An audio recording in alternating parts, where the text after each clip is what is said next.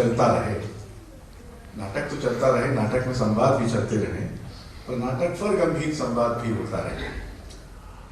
और अक्सर ये शिकायत की जाती है कि नए नाटक नहीं, और बहुत सारे लोग नए नाटकों के बजाय कुछ और सामग्री इधर उधर की जमा करके नाटक बनाते हैं, उनमें से कुछ अच्छे भी बन जाते हैं। पर ये हम पहले से भी करते रहे हैं। रंगपाठ की परंपरा नटरंग ने बहुत पहले से शुरू की है, और इस बार हम 2 रंगपाठ करा रहे हैं, 2 नए नाटकों के। एक आपने कल अभिराम भागवकर का नाटक का रंगपाठ देखा होगा, और इसी दिन इसी वक्त, और आज अपेक्षाकृत तो वरिष्ठ, रिटायर हो गए तो वरिष्ठ ही हो गए, नाटककार रामेश्वर प्रेम के नाटक पुत्र, फल और जहर का नाट्यपाठ, रंगपाठ होगा। रामेश्वर प्रेम रंग जगत में परिचित नाम है। वो कवि और नाटककार हैं। चारपाई से लेकर कैंप तक 6 नाटक प्रकाशित हैं, 4 अप्रकाशित नाटक हैं, 5 नाटकों के उन्होंने अनुवाद किए हैं, 3 कविता संग्रह हैं, और उनके नाटकों को कई बड़े निर्देशकों में, रामेश्वर बजाज, मनोहर सिंह, रोबिन दास, बंसी कौल, बाबा कारंत आदि ने खेला है। वो अनेक संस्थाओं से, जिनमें संगीत नाटक अकादमी, राष्ट्रीय नाट्य विद्यालय, भारत भवन आदि शामिल हैं, से संबंधित भी रहे हैं। आज के निर्देशक हैं राजेश सिंह, जिन्होंने राष्ट्रीय नाट्य विद्यालय से स्नातक उपाधि प्राप्त की और लंदन में भी कुछ प्रशिक्षण प्राप्त किया। मेटामॉर्फोसिस, एक कलम सड़क किनारे, बाग दरबारी आदि उनकी प्रस्तुतियां रही हैं। बाबा कारंत, काबल नारायण पडिक्कर, मोहन महर्षि, एम.के. रैना, कीर्ति जैन, अनुराधा कपूर, अनामिका हक्सर आदि के साथ उन्होंने काम किया है। जो संस्था ये रंगपाठ प्रस्तुत कर रही है वो है फ्लाइंग फेदर्स आर्ट एसोसिएशन। थोड़ा विचित्र नाम है, पर चलिए ठीक है। 2008 में ये स्थापित है, कलाओं को सामूहिक मंच प्रदान करने के उद्देश्य से। और इसकी पहली प्रस्तुतियां black board land Rajesh Singh के निर्देशन में, और मन्नू भंडारी, राजी सेठ की कुछ कहानियों से प्रस्तुति भी, और त्रिपुरारी शर्मा के निर्देशन में कुछ और प्रस्तुतियां। तो एक बार फिर आप सबका स्वागत है, और पुत्र, फल और जहर का रंगपाठ अब आप देखिए। बाद में स्वागत करने की परंपरा कब पड़ गई खुदा जाने, लेकिन बहरहाल हमारे सौभाग्य से डॉक्टर प्रतिभा अग्रवाल यहाँ हैं। हम उनसे अनुरोध करेंगे कि रामेश्वर प्रेम, हाँ राजेश सिंह, कैसे बुलाया जाए? राजेश आइए, यही से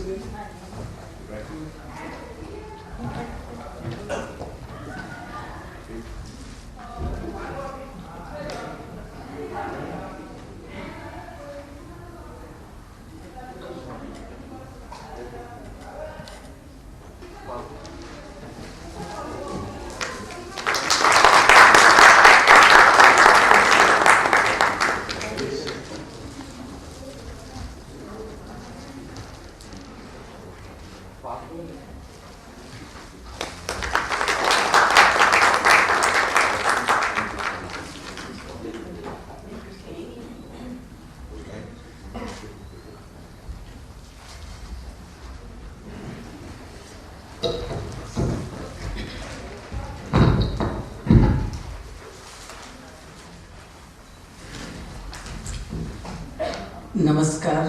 वर्षों पहले इसी सभागार में नटरंग प्रतिष्ठान का एक और आयोजन हुआ था, तब भाग लिया था। आज अभी थोड़ी देर पहले चर्चा हो रही थी कि नाट्य दलों की, निर्देशकों की, अभिनेताओं की, नाटककारों की, सबकी बात हम कर लें, मगर वे लोग जो इन सब से भिन्न नाटक संबंधी और कार्य कर रहे हैं, उनको हम कब कहाँ कैसे याद करें। और हम समझते हैं कि नटरंग ने सन 64-65 में स्थापना हुई, तो 64-65 से लेकर आज तक तो 40-50 साल होने को आ रहे हैं। और नाट्य पत्रिका निकाल करके नाटक संबंधी प्रामाणिक तथ्यों को प्रदान करके, इस तरह के आयोजन करके, एक आर्काइव बना करके जो काम किया है वो थोड़े लोग कर पाते हैं। और हिंदी के लिए तो क्या है कि 8 प्रांत तो पुराने थे, अब 10, 12, 14 पता नहीं कितने हो गए हैं, उतने प्रांतों की भाषा है और उसके लोगों को लेकर के समेट करके कुछ भी काम करना बड़ी बात है। तो नटरंग को साधुवाद इसके लिए। और हम समझते हैं कि नाटक संबंधी कोई भी काम और पुस्तक लिखी जानी चाहिए तो नटरंग का उल्लेख उसके अवदान के लिए जरूर किया जाना चाहिए। नटरंग पत्रिका आज इतने दिनों से, भले ही सामयिक निश्चित एक समय पर 3 महीने पर 6 महीने पर न निकल रही हो, मगर निकल तो रही है। और यदि कोई तथ्य वहां से पुष्ट हो जाता है तो हम उसको प्रामाणिक मान लेते हैं। मुझे ख्याल है मेरा कोश जब प्रकाशित हुआ तो किसी ने कहा कि सतीश आनंद ने चंद्रगुप्त कब किया, उसने चंद्रगुप्त नहीं किया। मैंने कहा कहीं से तो तथ्य हमको मिला होगा, हमने हमारे दिमाग की तो उपज नहीं है कि हमने लिख दिया। तो देखा कंप्यूटर पर जो एंट्री सब की हुई थी उसमें पत्रिका का नंबर दिया हुआ था, वो पत्रिका नटरंग थी। नटरंग के इशू, उसमें पन्ना भी लिखा हुआ था कंप्यूटर की एंट्री पर। पन्ना देख करके उसमें देखा, मैंने कहा अब हम निश्चित रूप से कह सकते थे किया था, जाओ जा करके सतीश से चेक कर लो कि क्या हुआ। तो इस तरह के नटरंग में जो प्रकाशित हो तो उसकी सूचना के बारे में हम लोग निश्चिंत रहते हैं कि तथ्यगत भूल नहीं के समान होगी। एक नहीं की गुंजाइश तो छोड़ देनी चाहिए, भूल कहीं भी हो सकती है, मगर वो प्रामाणिक हो तो बड़ा महत्वपूर्ण काम है। ये जो अभिनय पाठ वाला या रंग पाठ वाला काम, ये नाटक की पहली परख इससे होती है कि ये लोगों को इसने श्रव्य रूप में बांधा कि नहीं बांधा। क्योंकि अभिनय तो थोड़ी सी लाइन में बैठे हुए लोग देख पाते हैं, आवाज जो है वही अंत तक पहुंच पाती है।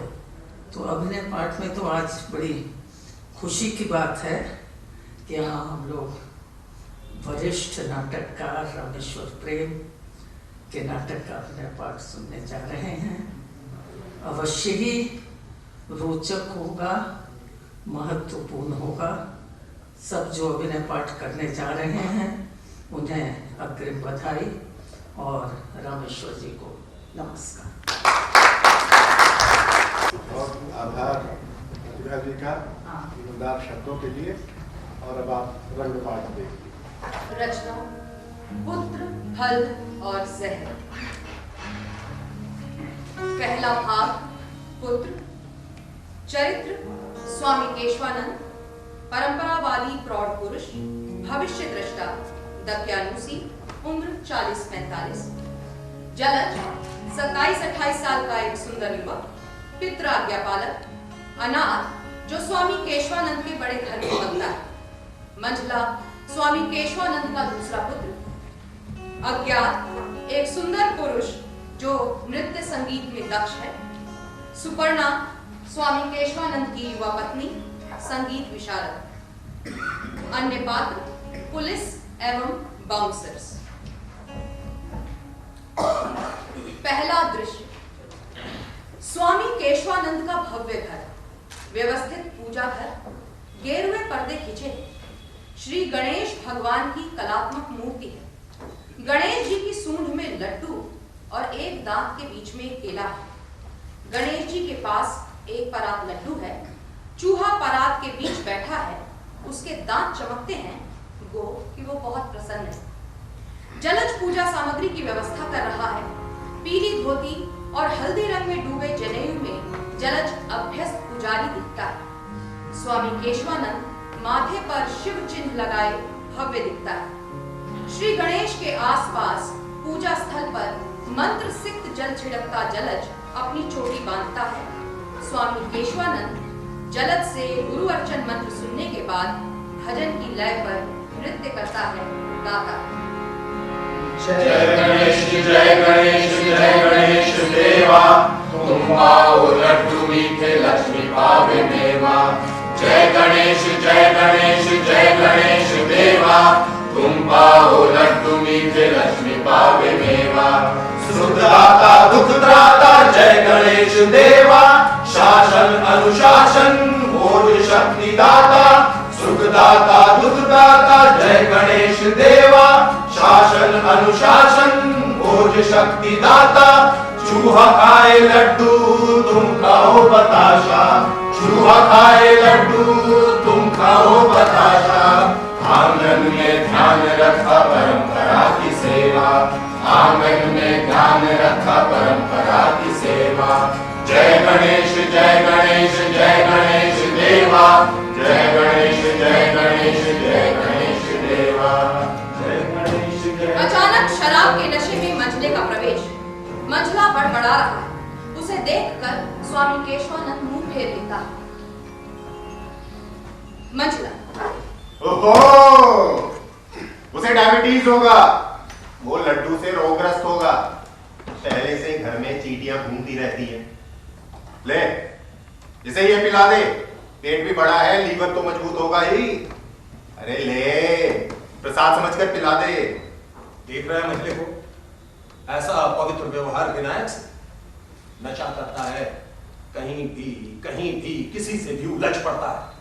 माल कमाता हूं, तुम्हारी तरह बिल्कुल नहीं जो सिर्फ बाप की अर्जित संपत्ति पर निर्भर है। अच्छा, कितने बड़े पंडित के बेटे कहलाते हो, लेकिन स्वनिर्भरता से तुम्हारा कोई नाता नहीं है। टुक्कड़ तू रह पापी नराधम, हे ईश्वर, ऐसा कुलांगार पुत्र किसी के ना हो।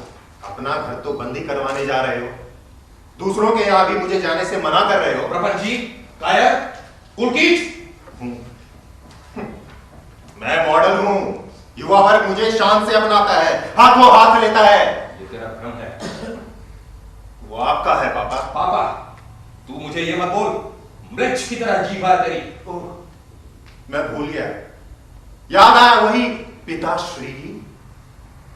इतना लंबा मत खींच नजरिया। तू श्री न भी लगा तो भी ठीक है।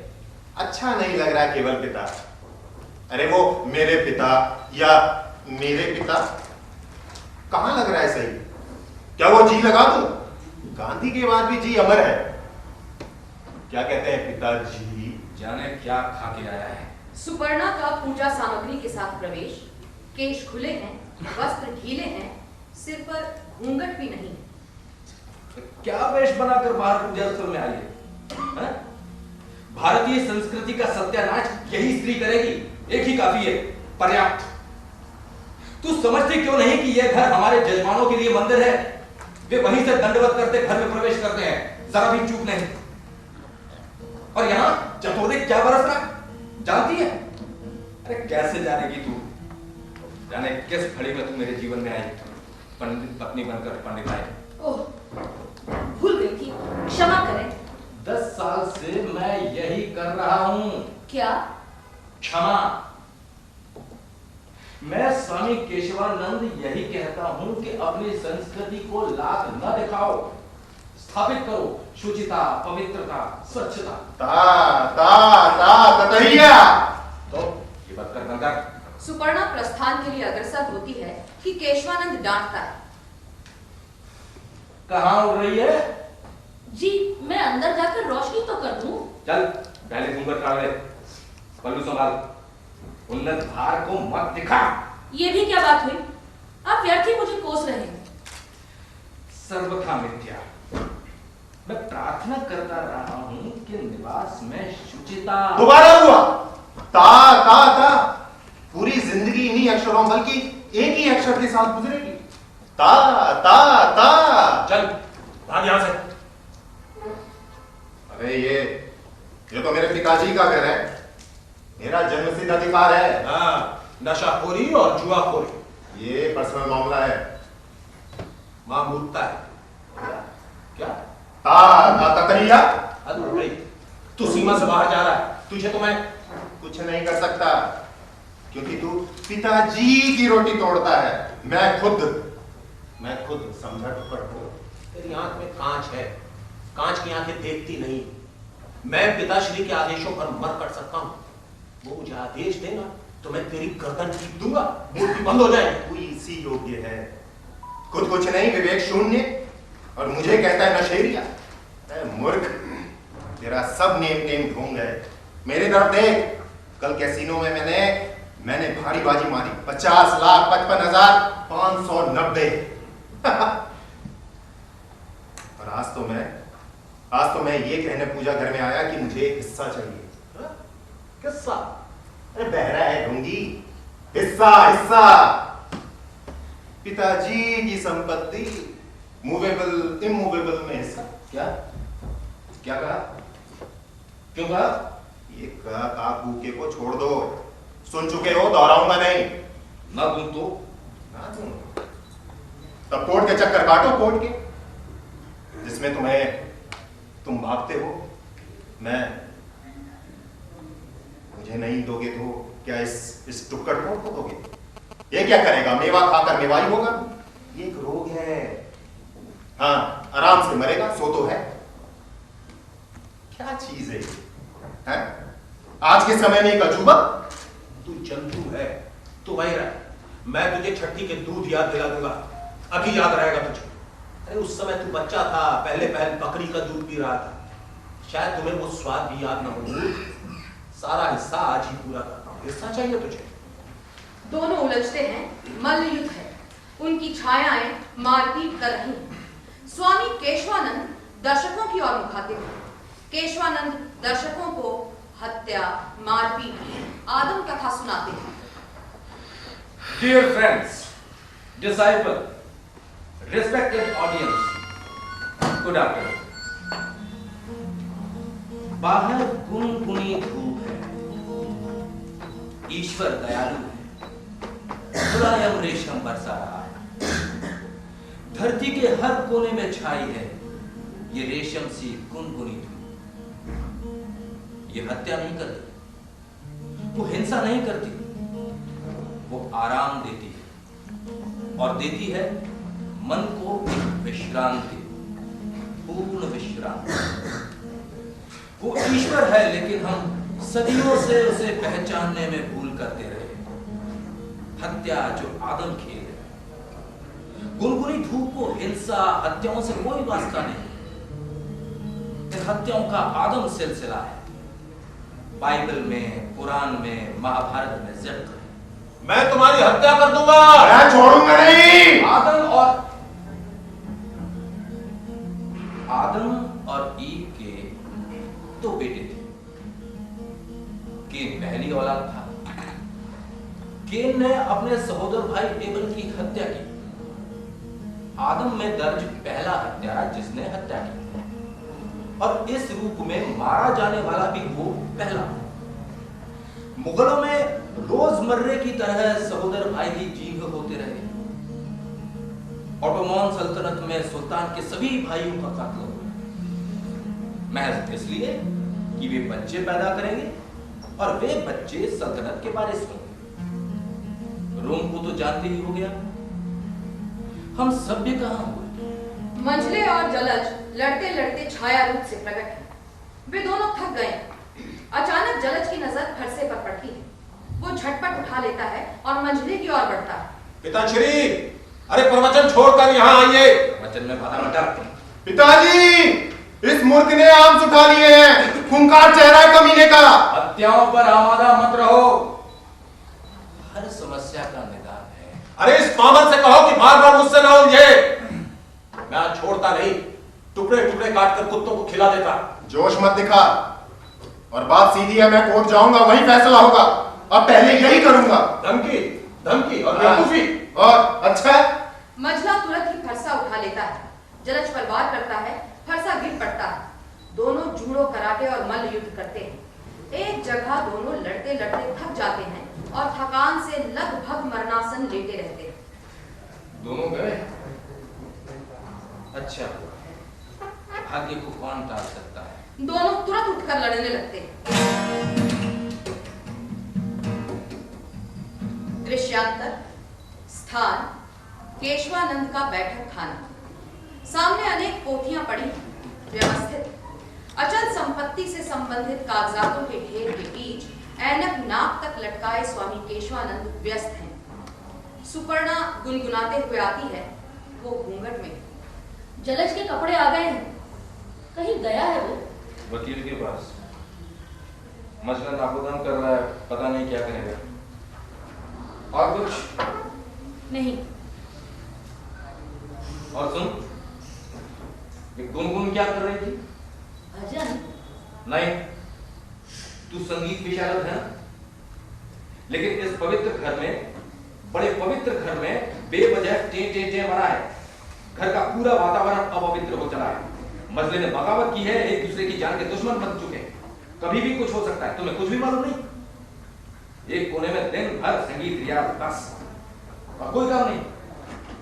और वो जो तेरी कोख का जाया है वही खिलाफ है। भाषा भी बड़ी हिंदी बोलता है, वो गाली होती है, पिता को गाली। साला हरामी का जना। कुछ समझी? कुछ नहीं। तो क्या मैं हवा से बातें कर रहा था? तेरे कान तो ठीक है? लगता है कान में पानी घुस गया। तो मुझे बताना चाहिए था कि नहीं? भूल गई। तो क्षमा करें। ये मैं 10 साल से कर रहा हूं। भगवान, इस नालायक स्त्री से मुझे बचाओ। तू दिन भर रियाज के सिवा करती क्या? और कौन करता है? आपको तो 20 धंधे हैं। रसोई में जाके प्याज छीन लो। मझला अपनी हाँकता है। एक है राधानंदन, तो वो विदेश में ऊंची पढ़ाई कर रहा है कि गुलछर्रे उड़ा रहा है, कभी पता किया भी है? और वो जलज, तो उसे आपने गुलामदास बना रखा है। आप कहोगे तो उठेगा, कहोगे तो बैठेगा। राधानंदन को भी देखिए, खोज का खबर लीजिए। पगली, वो रोज नेट पे आता है, मैं देखता हूँ। फिर भी सामने नजरों के देखना, उसे छूना। सामने नजरों के दिखता है, छूना नहीं। कोई मानवीय स्पर्श नहीं। क्यों? रह गई ना विशारद, संगीत विशारद। यदि ऐसा होता मेरी सुपर्णा, तो तुम क्यों होती? ओ, हाँ हाँ, ढेरों कपड़े पड़े हैं। बड़ी पेटी दे गया है कोई? हाँ, वे जलज ने मंगवाए होंगे। वो प्रत्येक बृहस्पतिवार को अनाथ बच्चों में कपड़े बांटता है। बहुत ही पुण्यात्मा है जलज।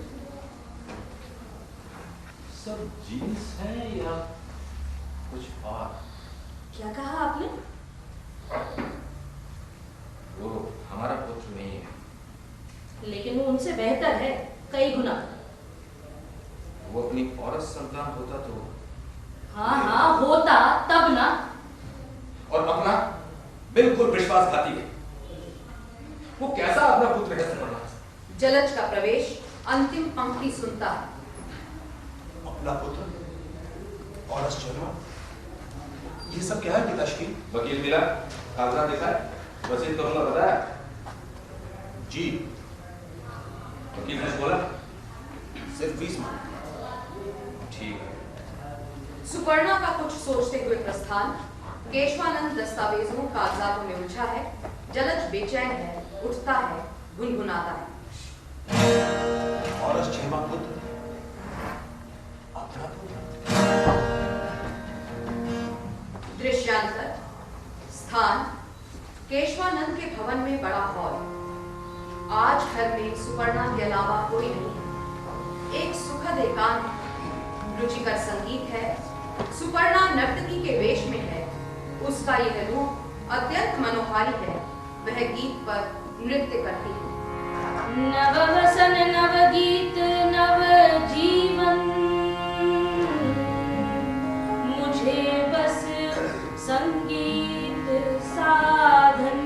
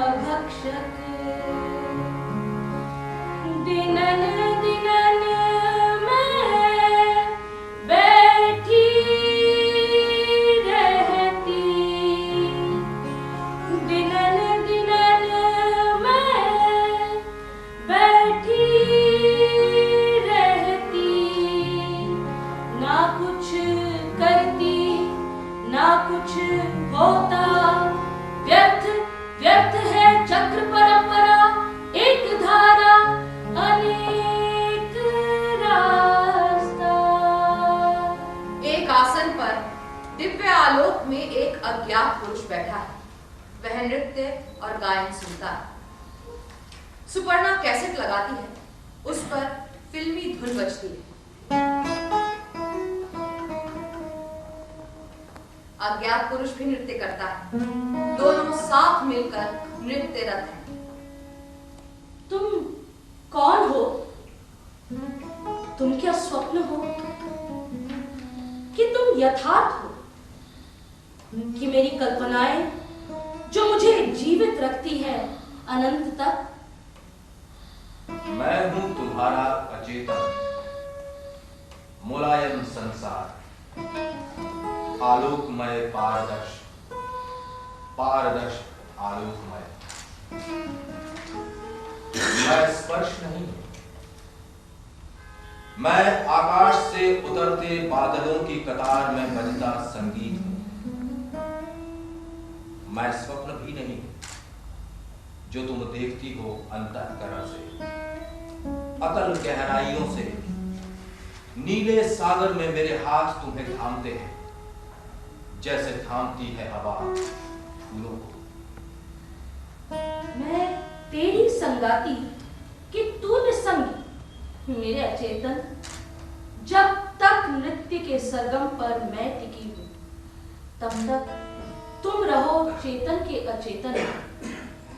जब भी तुम पुकारो संगीतमय आत्मिक हरेपन में या के पतझड़ के पत्तों के मरमर संगीत में, मैं कहां रहूंगा? आऊंगा आनंदमय संसार के स्वर सरगम थमते ही विलीन होना मेरी नियति है सुपर्णा। मैं रहूंगा झलमलाते जल की लहरों सा तैरता हुआ तुम्हारे पास। अचानक केशवानंद और जलज का प्रवेश। निर्लज्जता का अवतार, विश्वासघात के दर्शन, कठोर दर्शन, पाषाण सत्य। वो छैला कौन है निर्लज्ज? कौन? जो तुम्हारे साथ कमर में लिपट लिपट कर नाच रहा था बेशरम। मैंने पच्चा में सुनी है। हरामी चेहरा बाकी रह गया, चिपकली की तरह तुरंत कहीं गायब हो गया। मैं तो नृत्य में मग्न थी, मुझे ये भी नहीं मालूम कि आप दोनों आए। ये आपका मेरे लिए कठोर स्वप्न है। अच्छा, ढोंग करना छोड़ोगी नहीं? तू देख तो, यही कहीं धोखा तो नहीं है वो? घसीट लाना, इसके याद हो तो दुधारी तलवार। हाँ, दुधारी तलवार, कैसे भी मारो कटेगा ही कटेगा। जलज अज्ञात पुरुष को ढूंढता है, वो नहीं मिलता। कोई है? अरे है तो बाहर निकल। अरे बाहर आ। अरे अपनी माँ का जना है तो बाहर आ। तेरा बाप अगर शेर है तो बाहर आ। अज्ञात पुरुष नहीं मिलता। केशवानंद सर पकड़कर बैठता है, अचानक उठता है। खूब मजा लिया ना विश्वासघातिन। मैं सच कहती हूँ, यहाँ कोई नहीं था। यह आपका दुराग्रह है। पर पुरुषगामिनी, दुराग्रहिणी। हे ईश्वर, मैं मर क्यों नहीं जाती? पृथ्वी में समा लो पृथ्वी माता। जलज, जलज और केशवानंद मोमबत्ती की रोशनी में षड्यंत्र रचते हैं। तुझे अपनी चल अचल संपत्ति का एकमात्र उत्तराधिकारी बनाया है मैंने। तू आज्ञाकारी रहे ना, यही आशा है। और जहां तक पुत्र होने का प्रश्न है, तो ये सही है कि तू मेरी संतान नहीं है। वो सुपर्णा तेरी मां नहीं है। हम तो निसंतान थे। बाद में तेरी आने के बाद मझला और राधानंदन। मेरा अपना कोई नहीं है। तो है ना, हम तो हैं। बोल, है कि नहीं? जी, क्या आज्ञा है? केशवानंद जलज के कान में फुसफुसाता है। अगर मैं इस निर्मम हत्याकांड में शामिल न हो पाऊं तो? आखिर सुपर्णा देवी जो मेरे लालन पालन की जिम्मेदार स्त्री नहीं है, जैसे पिता की हैसियत आप पूरा करते रहे, उसे महज इसलिए आपके कहने से, आपके गहरे उकसावे से मार दूं कि वो एक अज्ञात पुरुष के साथ देखी गई? या केवल आपका अनुमान है? क्या एक स्त्री ऐसे किसी अज्ञात पुरुष से बात भी नहीं कर सकती? जबकि आप तो सैकड़ों शिष्यों से निपटते रहे हैं। नमक खराब है, जारजता का अवतार। तुमने वचन दिया है।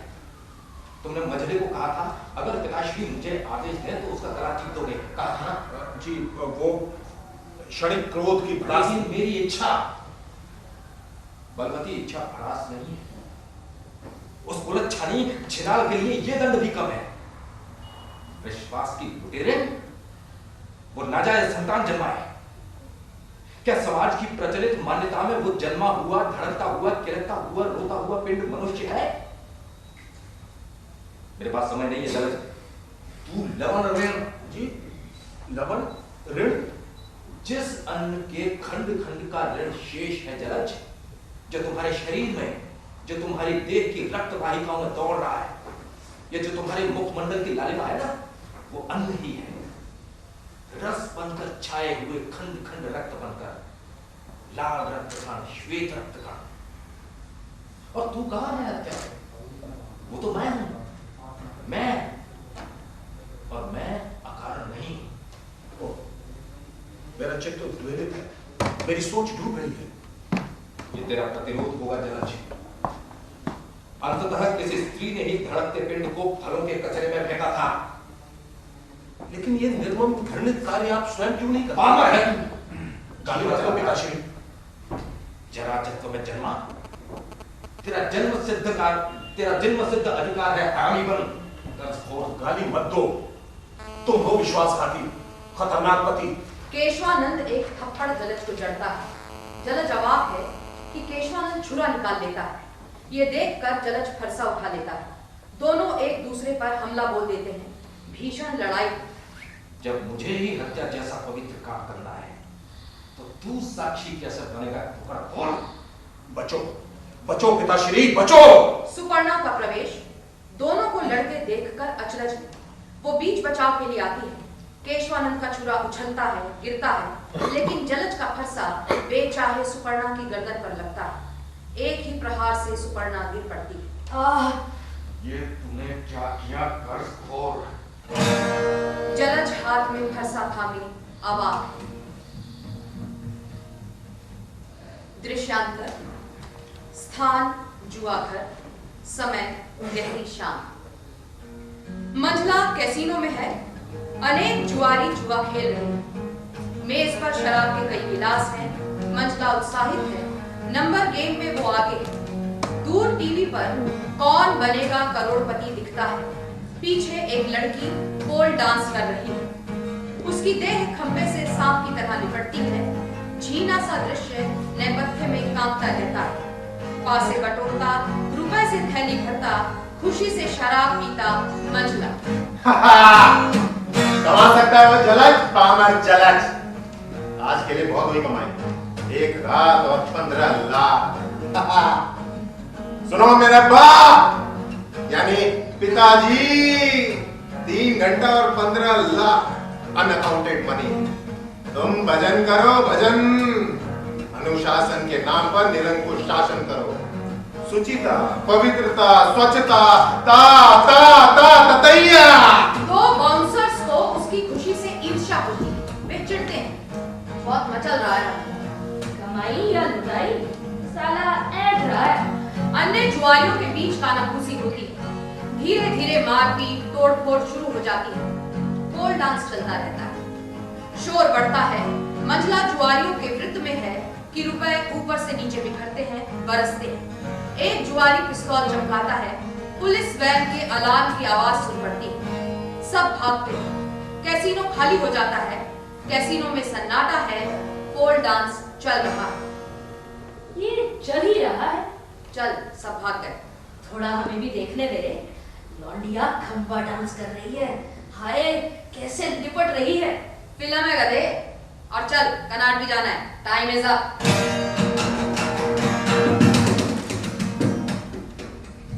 दृश्यांतर, स्थान केशवानंद का अस्त व्यस्त घर। सन्नाटा है। जलज और केशवानंद घबराए बैठे। इससे पहले कि कोई देखे, लाश को ठिकाने लगा दे। हाँ? हाँ, सोचने का समय नहीं है, शीघ्र कर मूर्ख। लेकिन कहाँ छिपाऊं? अभी नहीं बताऊं। अरे आप ही छिपाना चाहते हैं ना। तुम्हारी रक्षा के लिए। मुझसे गलती हुई आपके कारण। आपने जानबूझकर लड़ाई शुरू कर दी और ये सुपर्णा देवी बीच में आ गई। मेरे हाथ से फरसा गिर पड़ा। ये सब इतनी शीघ्र गति से हुआ कि मैं मैं तो अवाक ही रह गया। मूर्ख घसीटो इसे, बगीचे में ले चलो, गड्ढा बनाओ, शीघ्र करो। हाँ। गहरा गड्ढा खोद लेना, माप लेना, गड्ढे में घुसकर अपनी माप देना। हाँ? तुम्हारे उतना ही गहरा। ये चारों ओर पत्थर है, बड़ी कठोर भूमि है। जोर लगा मूर्ख। केशवानंद शव को ढकता है, पुनः एक बार चेहरा देखता है, गुनगुनाता है। तू सपना देखती थी, नृत्य, गान और स्वप्न, और समझती थी कि मुझे पता नहीं चलेगा। और ये भी जान ले कि मैंने तुम्हारी हत्या नहीं की, और न ये कर्जखोर। तू बीच में क्यों है? तूने आत्महत्या की है। सब कोई जान लो, सुपर्णा ने आत्महत्या की है। अरे कब तक रेंगेगा तुम्हारा झूठ पिताश्री? तू चुप रह। ये शेर, वहां से मैं गड्ढा खोद, शीघ्र कर मूर्ख। अचानक मंझले का फटे हाल प्रवेश। मार पिटाई से बाल बिखरे हैं, कपड़े फटे हैं, चेहरे पर माथे से टपकता खून है। ओ, ये कौन आदम का? ये बहुत चश्मदीद है। चलो इसे भी गड्ढे में डाल। हाँ, पकड़ उसे। हाँ। ये तो मझला है। ये तुझे क्या हुआ? मझला। अचानक मंझले की नजर मृत सुपर्णा पर पड़ती है। वो चौंकता है, केशवानंद और जलज की ओर संदेह भरी नजर से देखता है। तुम लोगों ने ये क्या किया? चला। माँ कैसे हुआ? माँ, भैया। जलज खड़ा है, केशवानंद अवाक है। पुलिस वैन के अलार्म की आवाज आती है। जलज और केशवानंद के आगे हथकड़ियां लटकती हैं, दोनों सिर थाम देते हैं।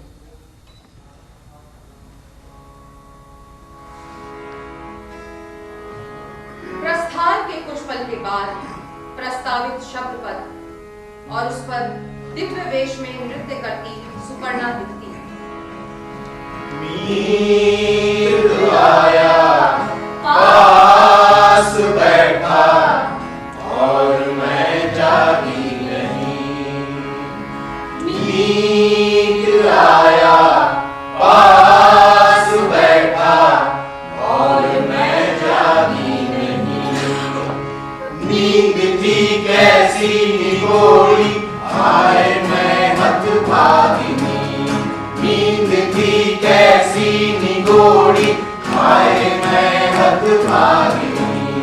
नींद आया, पास बैठा, और मैं जागी नहीं।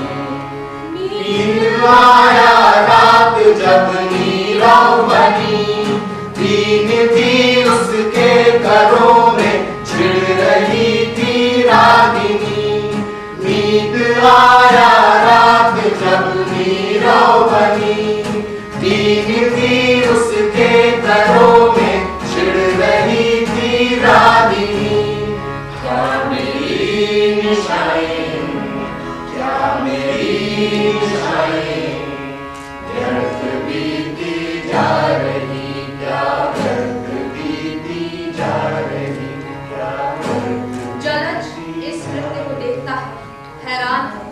सुपर्णा बादलों में खो जाती है, जलज भागता है।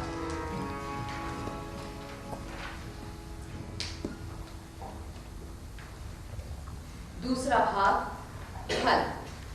चरित्र गजराज, सुपुरुष 35-40 के आसपास, परंपरावादी, प्राचीन मान्यताओं की गिरफ्त में हवेली का स्वामी। पंगलबाई, गजराज की नवोढ़ा पत्नी। अब तक कौमार्य परीक्षा नहीं हुई है। गजराज की 3 कौमार्य परीक्षा में असफल पत्नियों के बाद। जलज अनाथ युवक जिसे माँ बाप का ज्ञात नहीं, जेल से मुक्त, याया वर्षा सच की खोज में। पंडित, कौमार्य परीक्षा के लिए आमंत्रित पुरोहित, अन्य पात्र, नौकर, परिचारिका, चाकर आदि। स्थान, एक लंबा रास्ता, जलज का आगमन। जलज कारागार से लौटा है। लोक अदालत ने उसकी सजा माफ कर दी है, जबकि प्रमुख अभियुक्त केशवानंद है जो कारागार में बंद है। जलज, लोक अदालत ने मुझे बरी कर दिया और स्वामी केशवानंद का आजीवन कारावास बरकरार रह गया। हाय, वे 2.5 साल जो मैंने बंद काल कोठरी में ईश्वर की प्रार्थना में गुजारे, जेल के बर्तन साफ किए, झाड़ू लगाए, मार खाई, लेकिन मेरी सचेत अदालत क्या कहती है? मुझे बगैर पतवार के इस मझधार में किसने छोड़ा? मैं ऐसी नौका में सवार हूं जिसमें अनेकों छेद हैं। मैं डूब रहा हूं। क्या मुझे जन्माने वाली स्त्री ही बेहया, हरजाई, छिनाल की वेश्या थी? उसने ऊंट के पाटल क्यों चूमे? वो क्यों नसों के रेशमी तूफान में बह गई? क्या उसे पता नहीं था कि रजस्वला स्त्रियां गर्भवती योग्य हो जाती हैं? आखिर क्यों? क्या उसे शिक्षा नहीं मिली थी? क्या उसके मां बाप थे? मुझे क्या करना है? मैं उस स्त्री को वास्तव में ढूंढ रहा हूं जो अपने बच्चे को जन्म देकर मंदिर के पास फूलों के कचरे में बिलखता छोड़ देती है। हवेली से संगीत की सुमधुर ध्वनि सुन पड़ती है, लोगों की हंसी और उल्लासमय वातावरण। आज यहाँ श्रीमंत गजराज की हवेली में कौमार्य परीक्षा है। उसने नया ब्याह किया है, खूब हलचल है। शायद इस गहमा गहमी में वो स्त्री मिल जाए तो मैं यहाँ से खातिरदार हो जाता। जलज अनायास ही घूमता हुआ पंगलबाई के कक्ष में आ जाता है। पंगलबाई का श्रृंगार हो रहा है, परिचारिका जूड़ा बना रही है, शरीर पर उबटन, नाखून रंगे जा रहे हैं। जलज को देखकर पंगलबाई अनजाने भय से सिहर उठती है। कौन? जी, मैं चाकर। नाम? जलज। किस लिए आए? मुझसे कोई सेवा हो? मैं बाहर बैठा हूं। ठहरो, वो मंजूषा ले आओ। बाहर बैठो। जी माता। परिचारिका गागर लेकर अंदर जाती है। पंगलबाई एकांत पाकर, तुमने मुझे माता कहा, कौन हो तुम? जलज पास आकर अपनी गाथा चुपके से सुनाता है। पंगलबाई हतप्रभ है। मेरा तो सर चकरा रहा है। कठोर जीवन है तेरा चाकर। हाँ माता। परिचारिका गागर लेकर आती है, श्रृंगार करती है। पंगलबाई उदास है, उसकी उत्फुल्लता गायब है। स्थान हवेली का सहन, समय शाम होने को है। सहन में गाना बजाना है, कभी सतही कभी कवित्वपूर्ण। गजेंद्र की गगन रात, गजेंद्र के छोटे छोटे दिन, गजेंद्र की लंबी चांद रात, गजेंद्र गज गज गज गज गज, गजेंद्र सज्जा सज्जा सज, गजेंद्र मार्ग गजेंद्र साथ, श्रीधर जीवन कक्षा, खूब रहे कौमार्य परीक्षा। गजेंद्र की गज रात, गजेंद्र गज रात, गजेंद्र आ, गजेंद्र ऊ, गजेंद्र हा हा हा हा हू। नाच गाने शोर शराबे से भरा हुआ वातावरण। एक और पंडित मंत्रोच्चार कर रहा है। नव वस्त्र धारणम, नव बहु, नव यौवन धारणम, नव शय्या, नव दीपो माला, नव पर देखो ताला, कन्यादान जीवन कक्षा, खूब रहे कौमार्य परीक्षा। पंगलबाई से कहो कि मुहूर्त आने ही वाला है। यज्ञ भूमि के लिए तैयार रहे। 16 श्रृंगार में पधारें। मैं आपको विधि व्यवस्था बताऊंगा। जाने पंगलबाई क्या क्या कर रही हो? लज्जा तो स्त्री का आभूषण है श्रीमान। उचित बात पंडित जी। मुहूर्त में 10-5 मिनट विलंब है, अतएव मैं आपको विधि व्यवस्था बताऊंगा। जी पंडित। प्राचीन समय से लेकर अब तक कन्यादान प्रथमतः निष्ठावान पंडित को ही किया जाता रहा। निष्ठावान पंडित ही पुनः कन्या वर पक्ष को सौंपता है। कई बार ऐसा भी हुआ है कि पंडित ने नवोढ़ा की सुंदरता पर मुग्ध होकर कन्या नहीं सौंपी। अरे पंडित जी, मेरा चौथा ब्याह और पंगलबाई का कन्यादान भी हो चुका है। मैं तो विधि सम्मत परंपरा का उल्लेख कर रहा हूं। मेरा इरादा भी वैसा नहीं है न रहा जैसा आप समझ रहे हैं जजमान। और विवाहोपरांत प्रथम सुहाग रात में कौमार्य परीक्षा होती है। अक्षत यौवना नवोढ़ा का फूल टूटता है और योनि मार्ग से प्रथम रक्त निकलता है। यदि ऐसा हो गया तो यह प्रमाणित होता है कि नवोढ़ा अक्षत यौवना रही, नहीं तो वो छिनाल है, सामूहिक संपत्ति। मित्रों, आनंद मनाओ। यह क्षण मेरे दाम्पत्य जीवन का प्रारंभ है। माता, माता आपकी बुलाहट, मुहूर्त आ पड़ा है। तू चुप रह, मुझे माता मत बोल। यदि मैं इस अवस्था में होती तो भी नहीं। और हाँ, इसके बाद तुम मेरे सम्मुख मत आना। जलज अपनी झोली से मिट्टी का एक कमल फल दरवाजे के बाहर रख देता है। ये आपके जीवन का पुण्य क्षण है। मैं निर्धन हूं, कुछ नहीं दे सकता, लेकिन ये माटी का फल मैंने बनाया था। ये उपहार अवश्य स्वीकार करें। ठीक है, देख लूंगी। तुम जाओ, मुझे यज्ञशाला तक ले चल सुकन्या। कक्ष से यज्ञशाला की ओर प्रस्थान। सहन में संगीत, नाच, गान। नील गगन में निकला चांद, धवल चांदनी और जगमग चांद। नील गगन में निकला चांद, धवल चांदनी और जगमग चांद। यौवन मधुर पिए, यौवन मधुर पिए, कभी बाहर कभी मां।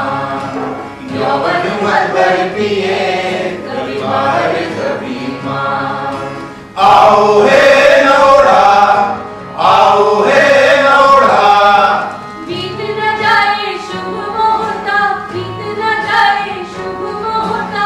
आओ हे नौरा। जीवन क्या है? श्वास का झोंका। जीवन क्या है? श्वास का झोंका। बस इसी पर है कौमार्य परीक्षा। आओ हे नौरा। जलज खड़ा है, हतप्रभ है। यज्ञशाला में मंत्रोच्चार, देवताओं के नामों का उच्चारण और संगीत। ऋषि देवा, शेम, भारत, विश्वकर्मा, देवश्रव, विश्वामित्र, इंद्र, शास्त्र, जय, कुत्स, भारद्वाज, उत्की, उष्णा, अग्नि, प्रजापति, आत्मा, श्रीवरात्मा, धन्यतमा, रंध्रबाहुआत्मा, धनयुक्तमा, विद्यापितात्मा, पशुपालन, वनात्मा, विश्वदेवा। इसका भावार्थ तो कहे पंडित जी। भावार्थ ये है कि इस यज्ञ के परिणाम स्वरूप देवगण मुझे अन्न दे, स्त्री दे, अक्षत यौवना पवित्रता दे, अन्नदान की अनुज्ञा दे, ध्यान संकल्प स्तोत्र वेद सुनने की शक्ति दे, हे अग्नि प्रकाश दे, स्वर्ग लोक प्रदान करे। हे अग्नि, तुम सूर्य के तेज से सुसंगत हो, तुम मुनियों के श्लोकों से उच्चरित हो। तुम्हारी कृपा से मैं अक्षत यौवना न बूढ़ा पाऊं। वृत्त, तप, संवत्सर, अहोरात्र, उबष्ठी, बृहदर्यंतर साम, इन सबको मेरे अनुकूल करो। यज्ञ समाप्त हुआ। श्रीमन गजराज शयन कक्ष में पधारे और पधारे पंगलबाई। जीवनोत्सव का यह मुहूर्त अत्यंत शुभ है। पंगलबाई और गजराज को परिचारिका शयन कक्ष की ओर आदर सहित ले जाती है। गजराज अपनी मणिमाला परिचारिका को भेंट करता है। उद्दंड और मार्तंड शरारती मित्र हैं। वे शयन कक्ष की खिड़की पर उछल कूद कर देखते हैं। अरे ये क्या कर रहा है तू? चोर भी एक घर छोड़ता है। अरे कौन सा? अपना। उद्दंड मार्तंड शर्माते हैं। गाने बजाने और संगीत में कोलाहल के बीच अचानक खिड़की से एक सफेद वस्त्र फेंका जाता है। लोग सफेद वस्त्र का निरीक्षण करते हैं। कोई रक्तदान नहीं।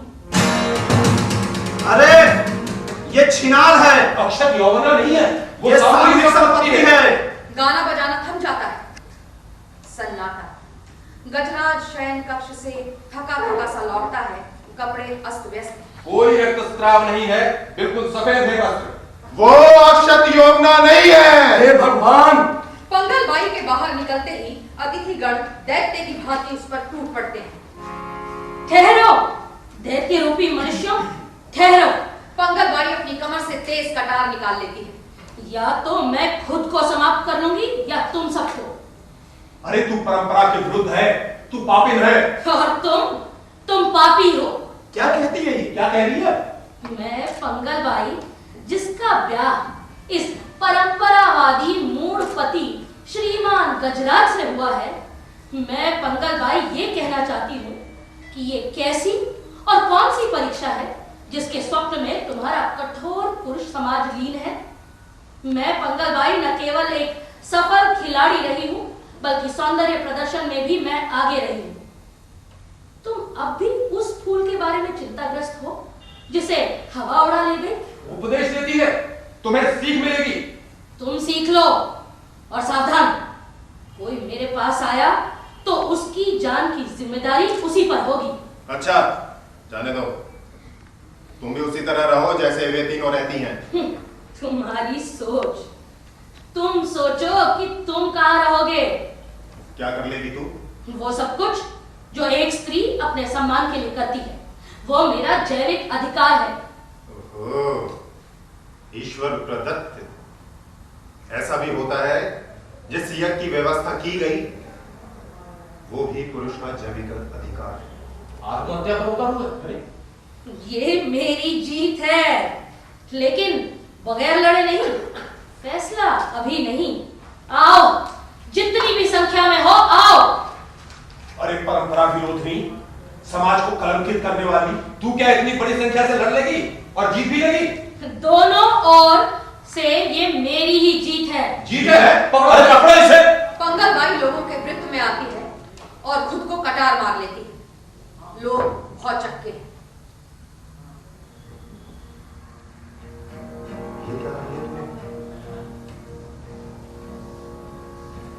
जलज भागता है, एक जगह रुकता है, हवेली की ओर देखता है। उसे पंगल बाई का दिव्य स्वरूप दिखता है, जो नृत्य करती हुई काव्य पद के साथ गायब हो जाती है। जब जीवन में रस सूख चले, करुणा रिमझिम बन बरस रहे। जब जीवन में रस सूख चले, करुणा रिमझिम बन बरस रहे। आधार मधु के चुगते चुगते तुम गीत सुधा बन बहो। जब काम काज झंझट झमाट चिखे चिल्लाए आर पार, हे मौन प्रहर के देव हृदय में शांत जलद बन विचल रहो। जब मन मेरा ये बेचारा कुंचित घेरे में आप घिरा, सूने कोने में बैठ रहे, तब हे उदार दो खोल द्वार, राजेश्वर बन पधार रहो। वासना उछाले राज अपार, भ्रम भ्रांति भूल की धूम मार, मन में फैलाए अंधकार। अति पावन है चिर जागृत है, गर्जित प्रकाश के वन प्रपात। अंतरतम में निर्बाध झरो, अंतरतम में निर्बाध झरो। जलज भागता है, मिट्टी के कमल फल पर प्रकाश है। जलज अंधेरे में गुम हो जाता है, कमल फल पर प्रकाश टिकता है, मिटता है पटाक्षेप।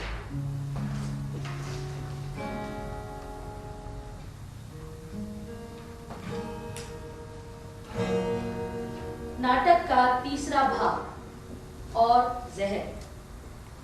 सुकु बूढ़ा दार्शनिक, सत्यभाषी, अनाथ आश्रम का संचालक। किरीट सुकु का हितैषी, विनायक सुकु का हितैषी, थेरू सुकु की बुढ़िया पत्नी, जलज अनाथ व्यक्ति, स्व की खोज में और सत्यान्वेषी। स्थान वनांचल की एक रात, समय दोपहर बाद। बूढ़ा सुकु, विनायक और किरीट वनांचल के एक रास्ते से गुजरते हुए एक पेड़ के नीचे है। बूढ़ा सुकु, मुझे परवाह नहीं है, कोई चिंता भी नहीं। वनांचल से श्रृगाल, कुत्ते, शेर के दहाड़ने की आवाज है। जाने कब लौटेगा विवेक, पर लौटेगा अवश्य। एक और से जलज का बेतहाशा प्रवेश, वो तीनों से टकराता है। वे गिरते गिरते बचते हैं। विनायक सचेत हो उठता है, किरीट छुरा निकाल लेता है। आ गए आतताई। बचेगा नहीं, क्षमा करें, क्षमा करें। मैं आतताई नहीं हूं, तुम कौन हो युवक? मैं कौन हूं? जी मैं जलज। मेरा लालन पालन केशवानंद के घर में हुआ है। तुम हो? आप मुझे जानते हैं? हाँ, खूब जानता हूं, और तुम्हारी चिंता भी। हमारे अनाथालय के हजारों बच्चों को अपने उन माँ बापों का पता नहीं है जिसकी औरत से वे धरती पर छोड़े गए। तुम अकेले दुखी हो, मैं भी तुम्हारी तरह हूं, सच की खोज में, उसी की प्रार्थना में, उसी की आराधना में। मैं ये पुण्य कार्य अवश्य करूंगा। सुकु, तुमने चौराहे पर घोषणा की है कि शासन सभाओं में उन कलंकित लोगों को भाग लेना नहीं होगा जो सजा भुगत रहे हैं या जो दागी हैं, बाहुबली हैं। हाँ, की थी घोषणा, और लोगों ने करतल ध्वनि से समर्थन भी किया था। वे तुम्हें छोड़ेंगे नहीं। हाँ, तुम करो संचालक का काम, संभालोगे ये निश्चय, विश्वास है। लो विनायक, मैं भी इससे मुक्त हुआ। सुकु, वास्तव में तुम खतरनाक खेल में हो, ये ठीक नहीं है। चलो यहां से भाग जाए। क्या बाहुबली के डर से भाग जाऊं? तो उसका पक्ष प्रचार कर दो। क्या बकते हो किरीट? तुम किसके लिए लड़ रहे हो? जो आम चुनाव के आने से थोड़े समय पहले नमक की एक थैली के लिए बिक जाते? जागेगा, निश्चित जागेगा, मुझे निश्चय है। कुछ नहीं होगा, हम तुम्हें खो बैठेंगे। नहीं पालोगे, मैं कहता हूं। विनायक और किरीट की बीवियों का झगड़ते हुए आना। तू क्यों आई? और तू? मैं तुझे समझाने आई हूँ कि तू इस खूसट जिद्दी बूढ़े की संगत छोड़ दे। सच और झूठ से तुम्हें क्या मतलब? सीधा जी सीधा। ए, बकवास बंद कर, घर लौट जा। और तू तो इस सुकु को मरवा के रहेगा। अरे नास पीटे, इसे छोड़ अपनी और दौड़। तू इन सबों की जड़ है। तू क्या समझता है अपने आप को? 30 मार, बड़ा भारी इनकलाबी, घर में भुजा भर्री नहीं और बीवी पादे चूड़ा। और तू नास पीटे अपनी औरत संतान पर छुरा चमकाता है। शर्म कर शर्म। वहां देख मेरे लाडले को, जिसने उन बलशाली आतंकी लोगों से घर बार बचाया। ना करता तो हम उजड़ जाते, फुर्र हो जाते, फुर्र। घर में 2 जून का खाना नहीं होता और तू चला हाय उनसे मुकाबला करने जिनके पास बल है। तू मेरे कसम पर रौब गाड़ेगी। और तू मुंह जली, सबसे पहले तूने मेरे कसम को भला बुरा कहा। तू चुप कर। तू तो घर चल, आज तुझे दरवाजे बंद करूंगी। और तुझे तो मैं बताऊंगी।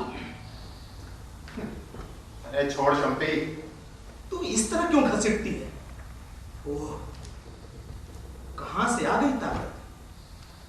हे भगवान, औरतें मर्द बन जाती हैं अंधेरे में। दोनों को घसीटती हुई ले जाती है। बूढ़ा सुकु चुपचाप देखता है और रास्ता तय करने के लिए आगे बढ़ता है। दर्शक दीर्घा से 4 बाहुबलियों का हिंसक नृत्य करते हुए प्रवेश, सीटियों की आवाजें, मंच पर स्थित सामान को, फर्श को लयबद्ध पीटते हुए जैसे वाद्य वृंद हो। अचानक पहले बाहुबली की नजर दर्शकों के बीच बैठे आदमी एक पर पड़ती है। पहला बाहुबली खुशी से उन्मत्त है और आदमी एक को घसीटकर मंच पर लाता है। चारों आदमी एक को घेर लेते हैं। चारों बाहुबली। यही है, मिल गया। यही है वो मुखिया जिसकी सुनता है मुखिया। यही है, मिल गया। नहीं, मैं तो जा रहा था घर, आप आ गए मुझ पर। मैं अटक गया यहाँ मजमा देखकर। मैं सच कहता हूँ कांता। बस इसी लफ्ज से चिढ़ता हूँ मैं सच कहता हूँ। चिढ़ते हैं हम सब सच से। ये टपका तो दुनिया खत्म। आप लोग हैं कौन? आप इस तरह सरेआम मुझे घसीट नहीं सकते। आप मुझे बेवजह पीट नहीं सकते। ये सरासर जुल्म है। अब आया हूं पहाड़ के नीचे। जुल्म, हाँ जुल्म है। अरे भाई, नहीं जाती तेरी अक्कड़। अरे सिर पे लगेगी लक्कड़। ऐसे कैसे नहीं मानेगा, ये झक्कड़ है। माथा देखो, ये है बहुत बड़ा धामड़। अब भी वक्त है, मान जा वरना तू चलेगा। जाकर अपने जात समाज के लोगों को तैयार कर। बोलो कि इस बार बोल कि हमारे गजराज नेता को दे वोट। लेकिन वो तो दागी है, बदमाश भारी है। भारी है? अरे वो तो महज 85 किलोग्राम के हैं। तो मेरा मतलब तू है पूरा कंचक्कर, जो कहा जाए उसी पर तू कर अमल। तुझे नहीं लगता प्यारा अपने बीवी बच्चे, अपना घर? और सुन, इतना गंदा शंदा है तेरे घर के सामने का नदी तालाब, फिर भी उसी गंदेले में चुबकते हैं तेरे बच्चे, तेरा पूरा जात समाज। ऐसी डाल आदत, हर हाल में खुश रह, पाल ले कीट आदत। हाँ, लेकिन ना ना ना ना समझा तू, लगाया फिर लेकिन। अरे कोई आसमानी फरिश्ता ना आएगा, जैसा है वैसे ही बनेंगे दिन। अरे बदमाश है तो क्या हुआ, कितनी बड़ी सल्तनत है हमारे कमानदार की। परंतु कोई सच्चा कहता, कोई कहता झूठा। नाम है बदमाश तो क्या हुआ, जो करता है वो करता है।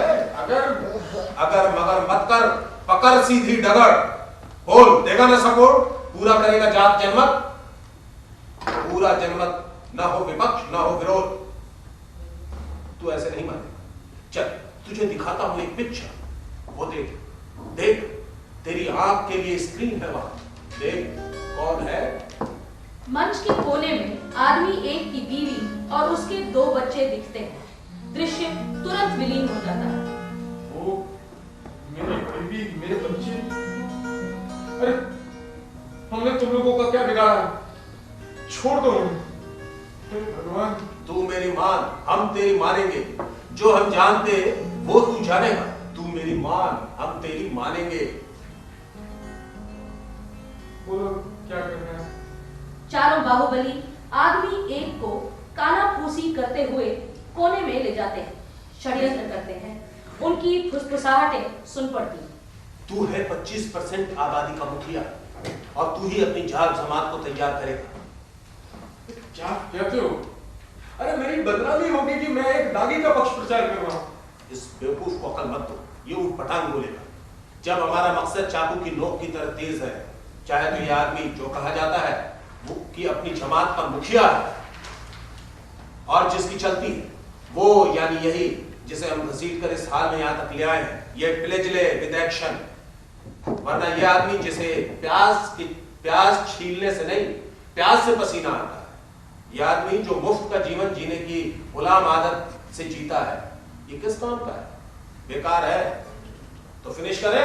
अरे नहीं नहीं, मेरी जान के मालिकों, मेरा कोई कसूर नहीं है, मैं कहीं से दागी भी नहीं हूं। मुझे करना क्या है? देखो मुझसे गलत मत कराना, मैं कोर्ट कचहरी से बहुत डरता हूं। 10 साल 20 साल तारीख पर तारीख, फैसला कुछ भी नहीं। हम करेंगे फैसला बेटा, हमें सपोर्ट कर। कैसा फैसला? किसका फैसला? और किस लिए फैसला? क्या करें इस मरदूद का? ये बगैर 3rd डिग्री के मानेगा नहीं। तर्क वितर्क वितंडा के सिवाय ये इतनी देर से क्या बक रहा है? अरे फिनिश करो इसे। तो मुझे छोड़ दो, मुझे छोड़ दो। ये तो तू पहले से भी कहता आ रहा है। कसम खा, यहाँ नहीं, किलकारी बाबा भैरवनाथ के पास, कि तू पीछे नहीं हटेगा। पूरी जमात को बोल कि हमें सपोर्ट करे। तेरा समर्थन जन गण मन। जिंदाबाद जिंदाबाद जिंदाबाद जिंदाबाद। बोल बोल जिंदाबाद। जिंदाबाद। अरे ऐसे नहीं, जोर लगा के बोल जिंदाबाद। अरे मरता मरता क्यों बोल रहा है? अरे किसी के बाप का नहीं है जिंदाबाद, हर कोई बोल सकता है जिंदाबाद। बोल जिंदाबाद। अरे खुलकर बोल बेटा, खुलकर। अरे पूरी हवा भर कंठ तक, नाक बंद कर, दोनों कान बंद, जोर लगा। अरे कलेजे से जोर लगा। बोल बोल जिंदाबाद। हाँ, ऐसे ही रोज प्रैक्टिस कर और बोलता रहा जिंदाबाद। सप्ताह में 2 दिन का खाना फ्री, 365 दिनों में 40 दिन रैन बसेरे में फ्री सोना, बच्चे बूढ़ों और औरतों को 50 ग्राम बिस्किट मुफ्त, सप्ताह में 2 दिन सिनेमा मुफ्त, हर घर में टीवी रंगीन मुफ्त। आदमी एक असमंजस में है। धीरे से खिसकने की कोशिश में बाहुबलियों द्वारा दबोच लिया जाता है। अरे कहां भागा जा रहा है बेटा? तुझे अपने बच्चे, अपनी बीवी की खबर नहीं है? क्या तुम लोगों ने मुझे मार दिया? अभी तक जिंदा रखा है और उसकी जिंदगी और मौत तुम्हारे हाथ में है। भगवान, चलो कसम खाता हूँ सपोर्ट करूंगा। तो बोल, हमारी कमान जिंदाबाद, जिंदाबाद जिंदाबाद, हमारी कमान जिंदाबाद, जिंदाबाद जिंदाबाद, हमारी कमान जिंदाबाद, जिंदाबाद जिंदाबाद। दृश्यांतर जिंदाबाद जिंदाबाद के मध्यम नारे सुन पड़ते हैं। प्रकाश में धीरे धीरे एक घर दिखता है। स्थान सुकू का घर, साफ और साधारण जैसे किसी आदिवासी का घर। हॉल है, उसमें गुसलखाना है। समय दोपहर से शाम तक। थेरू झाड़ू लगा रही है। झाड़ू चलाने की खरखराहट और सुकू का प्रवेश। थेरू नाक भौं सिकोड़ती है, शिकायत हो जाए। उसे भी डर है कि सुकू मारा जाएगा और वो बेवा हो जाएगी। दे आए उपदेश, भर गया पेट, हो गया सबका कल्याण। और 3 दिन हो गए, नहाओगे कब? ऊपर कुछ नहीं है, ऐसे मत देखो कि सोने की टोकरी गिरेगी। अपना सिर तो बचा लो, मुझे मरहम पट्टी करना पड़े। इस उम्र तक पति सेवा, वो भी तुम्हारी सेवा।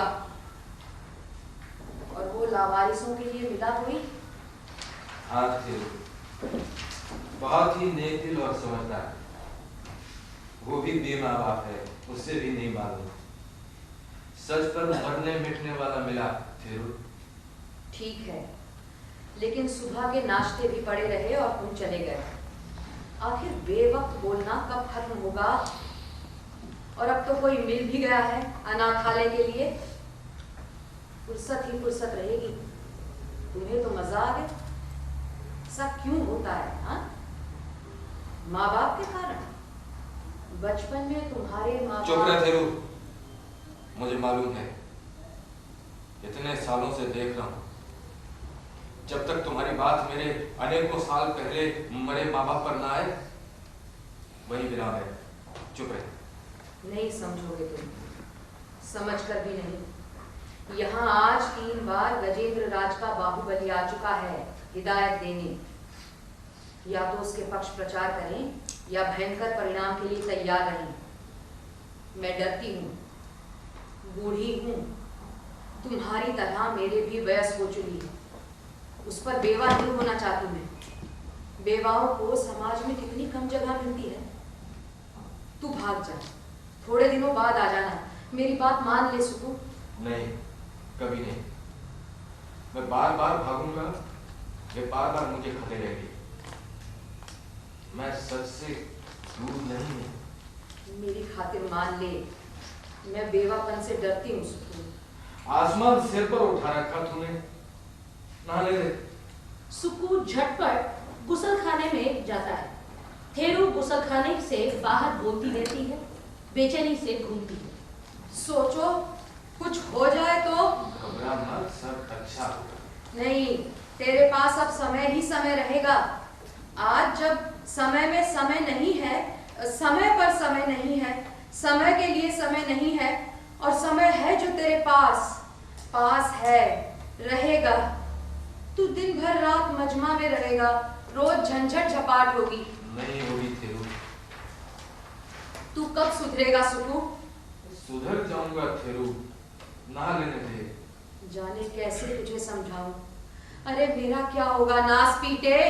एक आलोकमय सत्य रहेगा थेरू। लालटेन तो मैं जलाती हूँ सुकू।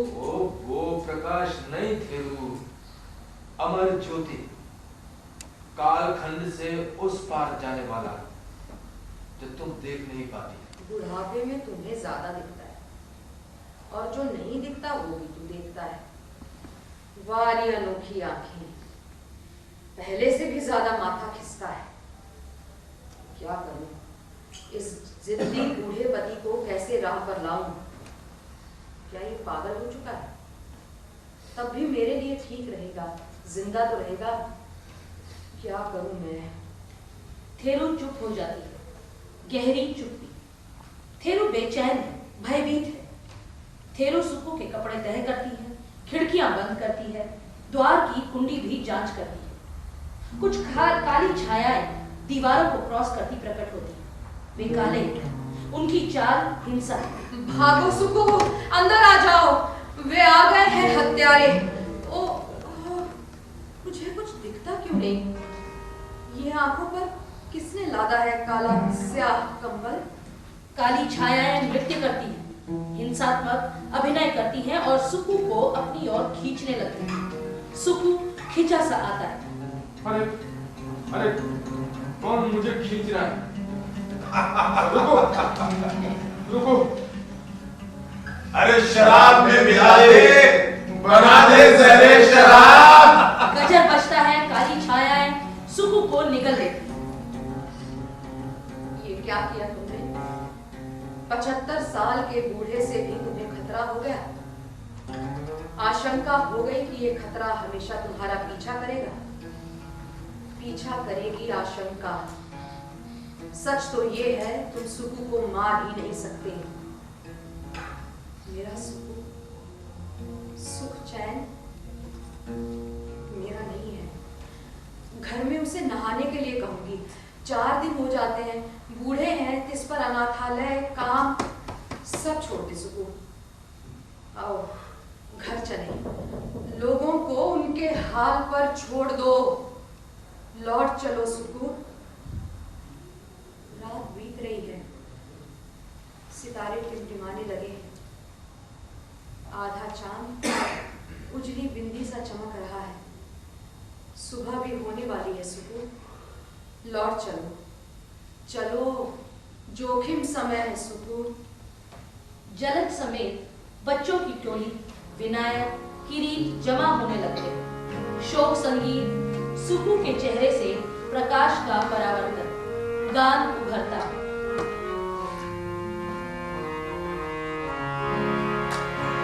ऐसा सूरज उगे, उठे जीवन अंबर में, तम के गिरने से पहले सत्यमेव जयते। ऐसा सूरज उगे, उठे जीवन अंबर में, तम के गिरने से पहले सत्यमेव जयते।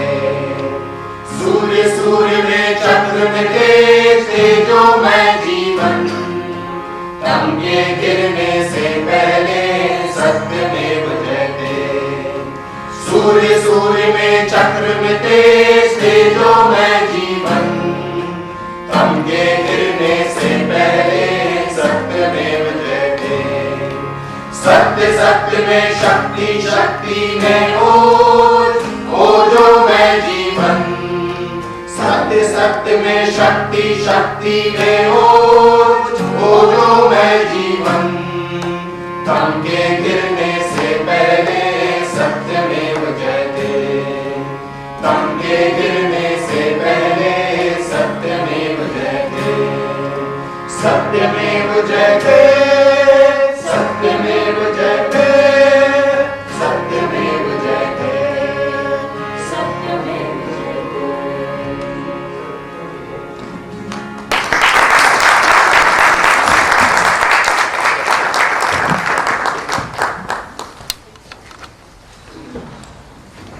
रामेश्वर प्रेम जी से अनुरोध करेंगे कि वो मंच पर आएं और अपनी प्रतिक्रिया भी बताएं और कुछ नाटक के बारे में संग करेंगे। और ये लगभग प्रस्तुति की तरह मुझे लगा, महसूस हुआ। यद्यपि इस नाटक को लिखने से पहले बहुत सारी बातें हो चुकी थी। जैसे 1996 में मुझे एक फेलोशिप मिला भारत सरकार का संस्कृति विभाग से। तो पुत्र, फल और जहर उन दिनों में लिख रहा था, उसी के लिए मैंने लिया था ये फेलोशिप। तो लिखकर सभी मैं दिया करता था उसे 3-3 महीने पर, इस विश्वास के साथ कि वो मुझे वापस मिल जाएगा। लेकिन उसके बाद फिर वो प्रति मिली नहीं। और खत्म हो गई शायद। मैं भी चुप हो गया, लेकिन मन में हमेशा एक अपराध बोध होता रहा। जिस काम के लिए मुझे ये मिला, कृति मिली थी, उसके लिए मैं कुछ काम किया ही नहीं मैंने, वो मेरे पास है ही नहीं। फिर मैं सोचने लगा और ठीक लगभग उससे भिन्न यह स्क्रिप्ट तैयार हुआ और इसको सबसे पहले भानु के साथ मैंने पढ़ा, उनके निवास स्थान में। भानु के रिएक्शन को जानने के लिए, क्योंकि अब तक जो है ना, पहले 70s के समय तक बहुत सारे मित्र लोग मिला करते थे और बड़ी अच्छी बातचीत, सृजनात्मक बातचीत और हंसी मजाक भी सब कुछ हुआ करता था। बहुत सारी जगह भी हुआ करती थी, जैसे उनमें से त्रिवेणी है। त्रिवेणी का अवदान मेरे लिए यह है कि मैंने सबसे पहले मॉडर्न जो आधुनिक नाटक कहते हैं वो मैंने यही देशांतर में देखा था और तब से उस ग्रुप के साथ मैं जाता रहता था रिहर्सल में और मेरी रुचि उसमें थी एक्चुअली कि मैं लिखूंगा नाटक, कहानी लिखता था या कभी कविताएं लिख लेता था। तो बहरहाल इस नाटक पर आता हूं तो फिर इसका सोचना शुरू हुआ तो मुझे लगा कि ये इस शीर्षक से मुझे लिखना चाहिए। तो दोस्तों का रिएक्शन ये था कि भानु ने कहा कि दृष्टांत है, साहित्य अकादमी में भी उन्होंने यही कहा और अंकुर ने कहा कि रियलिज्म में एक फैंटेसी है, फैंटेसी और रियलिज्म जोड़ करके सब कुछ कहा। मेरे लिए क्या है कि शायद मैं खुद से ही लिखता रहता हूँ और दोस्तों के बीच पढ़ता रहता हूँ और उन्हीं से रिएक्शन प्राप्त करता हूँ, इसलिए बहुत मुनासिब नहीं होता है कि मैं उसके बारे में कुछ कहूँ। हो सकता है ये और सभी नाटकों से भिन्न हो। जिस रूप से मैंने कंसीव किया तो उसमें सबसे पहले था पुत्र के रूप में मैंने जो कंसीव पहले किया था वो था परशुराम। इसलिए कई जगह परशुराम है, कई जगह कुछ है, ऐसा कुछ है। उसके बाद फल मैंने भर्तरी से लिया था और जहर सुकरात से लिया था। उसमें इसमें थोड़ा भिन्न हुआ कि कुछ तब्दीलियां हो गई, हालात बदल गए, सामाजिक स्थितियां बदली और बाहुबलियों की संख्या हमारी जनसंख्या से कुछ बहुत ही ज्यादा हो गई और सच के लिए मुंह चुराने वाले बहुत सारे लोग पैदा हुए। तो उसी तरह एक यात्रा के रूप में मैंने इस नाटक को लिया है और सभी कुछ पहले की बहुत अति यथार्थवादी नाटक लिखता रहा हूं मैं, ऐसा लोग कहते हैं, जिसमें चारपाई है या कैंप है, लेकिन उससे ये बिल्कुल भिन्न सा है, ऐसा मेरे और दोस्तों की राय है। बहरहाल मैं तो ये समझ रहा था कि मैं आप लोगों से भी राय लूं, लेकिन उसका समय न भी हो तो मैं नटरंग संस्थान का, अशोक जी का, रश्मि जी का और सबसे बड़ी बात प्रतिभा जी का मैं बहुत ही शुक्रगुजार हूँ। उन्होंने ये अवसर मुझे दिया और मैं यहाँ उपस्थित हुआ। मैं बॉम्बे में था, उन्होंने मुझे बुलाया, मैं जरूरी काम में भी था वहाँ, आज ही मैं आया और फिर यहाँ पे हाजिर हुआ। इस तरह के आयोजन होने से शायद कहीं कुछ नाट्य लेखन में या इसमें कुछ बल मिलता है, कुछ पता चलता है कि लोगों को कैसा लगा, कैसा महसूस किया उसने, क्योंकि ये सारी बातें सब वेदनाओं का ही खेल है। कोई सच बहुत बड़ा नहीं भी हो सकता है जो लगे कि सच है। मैं पुनः आप सबों को भी और आपको पुनः नटरंग संस्थान को मैं बहुत बहुत आभार प्रकट करता हूँ। बहुत बहुत धन्यवाद। जैसा कि सबने कहा कि नाटक में 3 भाग हैं, तो हम कुछ वॉइस करके। हाँ, नाटक के 3 भाग हैं, जैसा कि हमने पढ़ा, पुत्र, फल और जहर। तीनों का जो परिदृश्य है वो इतना बेहतर है और सब्जेक्ट मैटर भी, कंसर्न भी उसका किस तरीके से, पहले कहानी में एक पारिवारिक मुद्दे, एक आपसी रिलेशनशिप, आपसी बातचीत से फल की तरफ जब जाते हैं तो वो एक सामाजिक कल्चर की बात करता है, एक ऐसे परंपरावादी सामाजिक कल्चर की बात करता है जो हमारे साथ सदियों से जुड़ती आ रही है। फिर तीसरे जहर में जब जाते हैं तो वो टोटल पॉलिटिकल इश्यूज में कन्वर्ट हो जाता है। बट कहीं ना कहीं एक तीनों में एक थ्रेड है, एक वो चाहे जलज के थ्रू देखते हैं, चाहे एक खोज, एक अपनी जिज्ञासा कुछ कर जाने की, कुछ पा लेने की, वो तीनों में हमको दिखाई देता है। अब जब हमने पढ़ा तो जाहिर सी बात है, जैसा कि अलग अलग लोगों की अलग अलग राय थी कि ये रियलिज्म में एक फैंटेसी है या सररियलिज्म है, बट एक जो चीज मुझे लगा कि कहीं ना कहीं बहुत परफॉर्मेटिव है।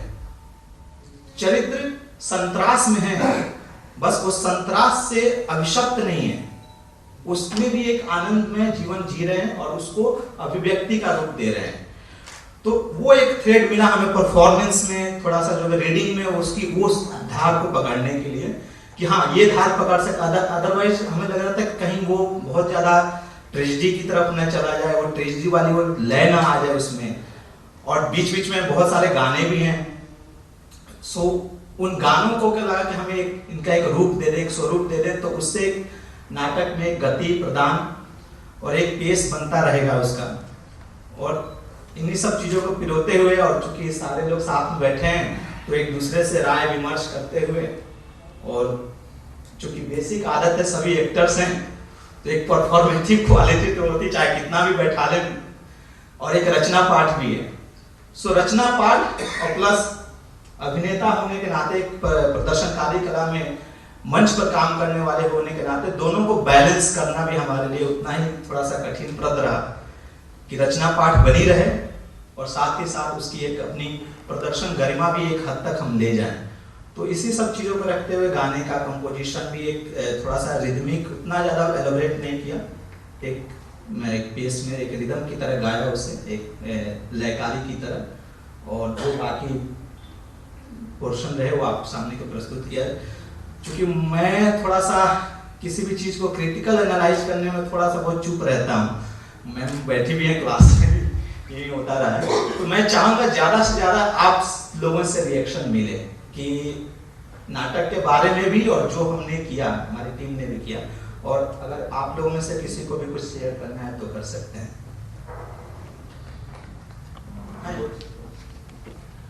हाँ, इसमें सशक्तिकरण ये है कि सशक्त बात ये है कि इसका मंचन ज्यादा सशक्त होगा बजाय इसके पाठ के।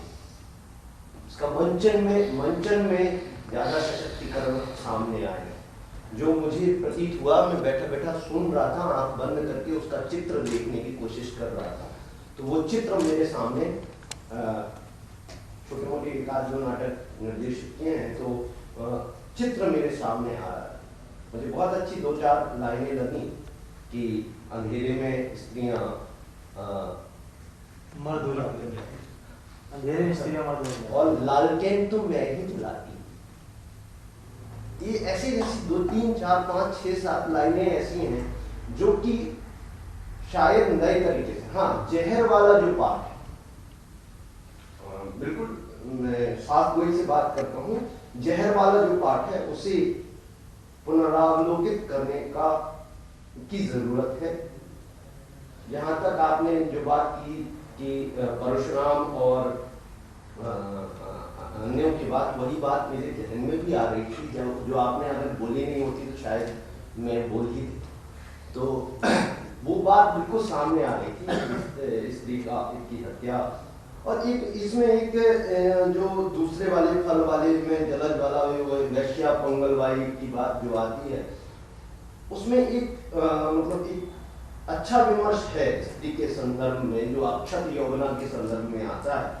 अक्षत यौवना के संदर्भ में जो विमर्श आता है वो थोड़ा सा मुझे ऐसा लगता है कि जो आधुनिक घटनाएं घट रही हैं कि हम स्त्रियों के संदर्भ में यदि उनके ऊपर रेप हो जाता है तो हम ये समझते हैं कि वो दूषित हो गए हैं, तो इस बात को भी उभारा जा सकता है। क्या वे रेप हो जाने के बाद सचमुच में दूषित हो जाती हैं, या इस तरह की चीजें हैं जो हैं। और मैंने बहुत सारी चीजें लिखी हैं। रंग पाठ, नेचुरली आप सभी लोग स्कूल के व्यक्ति हैं, लेकिन रंग पाठ इतना पुअर नहीं होना चाहिए। म्यूजिक अच्छी है, लेकिन रंग पाठ सतही, इस सतही रंग पाठ को ऐसे नहीं होना चाहिए। मैं शायद अगर इसको अकेले भी पढ़ता तो मैं ऐसे नहीं पढ़ता, क्योंकि वो आपके कन्वेंसिव मोड में नहीं आया। रंग पाठ जब हम करते हैं तो रंग पाठ इतना सतही नहीं होता। मैं बिल्कुल साफ कोई से बात करता हूँ, मतलब मैं लाभ लपेट में नहीं कि मैं आपको खुश करने के लिए कहती हूँ, क्योंकि अच्छा था रंग पाठ। रंग पाठ अच्छा नहीं था बिल्कुल, म्यूजिक अच्छी, ठीक है। रंग पाठ बिल्कुल अच्छा नहीं था, मैं इसमें और जब आप शराबी का पाठ कर रहे हैं, जब आप शराबी के रंग पाठ को कर रहे हैं, और अगर आप अभिनेता भी हैं और हैं, नेचुरली मैंने आपके अभिनय देखे हैं, सारे लोग जितने बैठे हैं सबके अभिनय देखे हैं और सशक्त अभिनय देखे हैं, ऐसा कुछ नहीं, लेकिन वो सशक्त अभिनय रंग पाठ भी तो नहीं आता। रेडियो नाटक जब हम पढ़ते हैं तब रेडियो नाटक कैसा पढ़ते हैं, और जब हम ऐसे पढ़ते हैं तो कैसे पढ़ते हैं। तो मुझे खैर उसमें ज्यादा नहीं जाऊंगा। केशवानंद जी का बहुत बढ़िया है किस्सा गोई। दानिश इकबाल किस्सा गोई करते हैं। दानिश इकबाल दूरदर्शन में शायद और NSB के भी पास आउट है शायद, मेरे ख्याल से दानिश इकबाल। हाँ, सो किस्सा गोई और नाट्य पाठ और वर्णनात्मक पठन। जयशंकर प्रसाद के हम नाटक पढ़ते हैं, और अगर रामेश्वर जी के नाटक पढ़ रहे हैं और रामेश्वर जी के नाटक पढ़ रहे हैं और जयशंकर प्रसाद के नाटक पढ़ते हैं, तो वो ऐसा ना रह जाए ना कि इनके नाटक जो है मंचीय नाटक नहीं है, वो केवल पठन के या पाठक के नाटक। जयशंकर प्रसाद के बहुत सारे नाटक जो हैं अच्छे हैं, लेकिन वो पठन के नाटक हैं, मंचीय नाटक नहीं, चंद्रगुप्त और ध्रुव स्वामी को छोड़कर। तो ऐसे ना बन जाए, ये इस चीज को देखने की मैंने कोशिश की है। आपसे निवेदन ये करता हूँ थोड़ा सा, क्योंकि आप गुरु तुल्य हैं, तो मैं आपसे ये निवेदन करता हूँ इसकी भाषा में जहाँ आधुनिकता आती है, जहाँ आधुनिकता आती है, जैसे अगर स्वामी केशवानंद जो है, वो केशवानंद बीच बीच में आंग्ल भाषा का प्रयोग करते या आंग्ल भाषा में बोलने का प्रयोग करते हैं, वो मुझे नहीं समझ में आया क्यों लिखा गया वो ऐसा। आंग्ल भाषा का प्रयोग और दूसरे कैरेक्टर्स करें आपके तो समझ में आता, लेकिन केशवानंद सरस्वती या केशवानंद जैसा कोई चरित्र जो वो आंग्ल भाषा का प्रयोग नहीं कर सकता। तो मैं भाषा की दृष्टि से मैं आपसे चाहता हूँ कि थोड़ा सा इसमें करें, लेकिन हाँ मैं अल्टीमेटली ये बोलूँगा कि ये नाटक एक मंचीय नाटक है जो पठन से ज़्यादा दर्शनीय है, जिसे अगर कोई करेगा, जैसे बादल सरकार के बहुत सारे नाटक हैं या बहुत सारे ऐसे नाटक हैं जैसे मोहन राकेश ने, हाँ विठला एक ऐसा नाटक है जो कि मंचीय नाटक नहीं लगता है, लेकिन विठला भी एक ऐसा नाटक है जिसे अगर मंचन किया जाता है तो वो बहुत सशक्त है। तो ये मंचीय नाटक है, पठनीय नाटक की अपेक्षा, क्योंकि इसमें चित्रों की जो 70 के दशक में लिखे जाने वाले मोहन राकेश या हमारे तेंदुलकर साहब के लिखे जाने वाले नाटक हैं जिनमें शब्द चित्र होता था, इसमें शब्द चित्र है। वो चित्र तभी सामने आएगा जब इसका थैंक यू।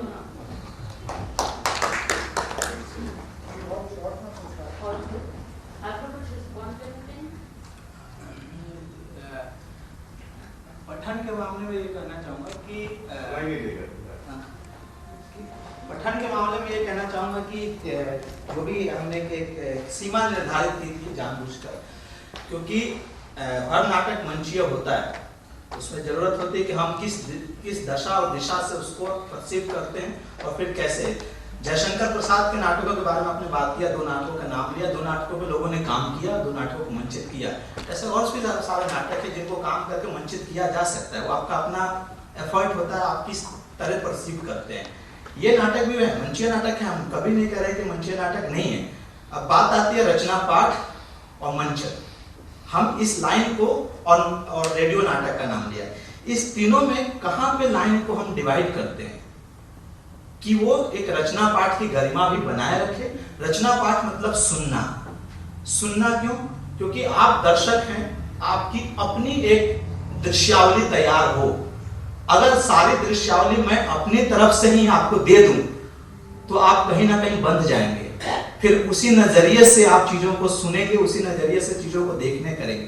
तो कहीं ना कहीं हमने उसमें चाहे आप उसको एक लो नोट कह लें कि रखने की कोशिश की कि एक फ्लेवर दें नहीं। और जैसे अभी रामेश्वर जी ने भी कहा कि इस तरह के आयोजन जो हैं वो बल देते हैं लेखकों को, और नटरंग जैसे प्रतिष्ठित प्रतिष्ठान जब इस तरह के आयोजन करते हैं तो ये बेशक आज की शाम और इस तरह की कुछ इन्हीं शामें जब साल भर के रंग कैलेंडर में दिखाई पड़ती हैं तो वो बेहद महत्वपूर्ण होती हैं रचनाकार के, और उसकी रचना के आसपास ही वो सिमटी रहें।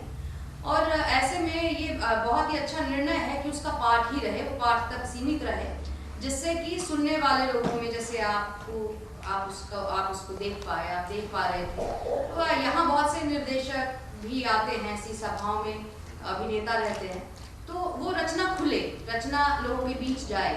और बड़ा सुखद संयोग रहता है, अक्सर रहता है कि रचनाकार मौजूद रहते हैं, तो बात जो है वो अभिनेताओं और वस्त्र विन्यास और तमाम और तामझाम में न फंसकर रचना के पूर्णतः उस पर केंद्रित रहे और रचनाकार से हम उस पर बातचीत करें। क्योंकि समस्या ये भी हो रही है कि नई रचनाएं नहीं आ रही, लेखन नहीं हो रहा है, कम रचनाएं आ रही हैं, और इस तरह की रचना जिसकी भाषा अलग है, जिसका स्वाद अलग है, या जिसके संदर्भ अलग है, ऐसे में रचनाकार से आप प्रश्न कर सकते हैं, पूछ सकते हैं, कुछ सुझाव दे सकते हैं, उसे उकसा सकते हैं और निवेदन कर सकते हैं। तो ये ऐसी शामें भी मेरे ख्याल उसी के आसपास उसके लिए ही निर्धारित की जाती हैं, उसी के आसपास रहें तो अच्छा भी होगा, क्योंकि एक अलग तरह का नाटक है। बेशक रामेश्वर जी शुरू में हमें थोड़ा मेहनत करनी पड़ी इसको समझने में, इसके आसपास इससे साबका बिठाने में, क्योंकि सबसे जो अच्छी इसकी खासियत थी कि ये बंधा हुआ नहीं था ड्राइंग रूम में, जो अच्छा है, जो आज के दौर में ड्राइंग रूम से बाहर नाटक होना आपको अगर निर्देशक के तौर पे काफी गुंजाइश दे रहा। चरित्र इसमें मिथकों से भी आए हैं, जो कि पोस्टमॉडर्न रचनावली में रचना प्रक्रिया का बहुत महत्वपूर्ण हिस्सा है। मिथकों का इसमें जिक्र है, मिथकीय पात्र भी हैं, लेकिन एट द सेम टाइम वो कॉन्टेम्प्रेरी भी हैं। ये मेरे दादाजी संस्कृत में डबल में संस्कृत में एमए थे और मैथमेटिक्स में भी, और 80-85 की उम्र में वो समझ गए थे कि नेट जैसी कुछ चीज़ें आ रही हैं, और अभी मेरे पिताजी 75 साल के आसपास हैं, नेट इस्तेमाल करते हैं, और साथ में सुबह सुबह ठीक ठाक संस्कृत के श्लोकों का उच्चारण भी घर में होता रहता है। तो समस्या ऐसी है कि देश ऐसा ही है, हम ऐसी स्थितियों में हैं। हमारे नाटकों में लड़कियां आती हैं, हम उनसे मॉडर्न चरित्र करवाते हैं, उन संवेदनाओं को समझती हैं, बखूबी निभाती हैं, और फिर कहती हैं कि मम्मी का फोन आ गया, घर जाना है। और ग्रुप के एक समझदार लड़के को चुन के समझते हुए कि बहुत जिम्मेदारी से घर तक पहुंचाएगा, उसकी ड्यूटी होती है कि वो घर तक पहुंचाए। तो ये यही समाज है जिसके बीच में रंग पनप रहा है, और ये समस्याएं और ये इस तरह के दोहरे तिहरे व्यक्तित्व हम सब जी रहे हैं। तो मेरे ख्याल से उसके आसपास के बहुत से चरित्र हैं, उसमें तो बेशक उस मामले में ये सशक्त है नाटक।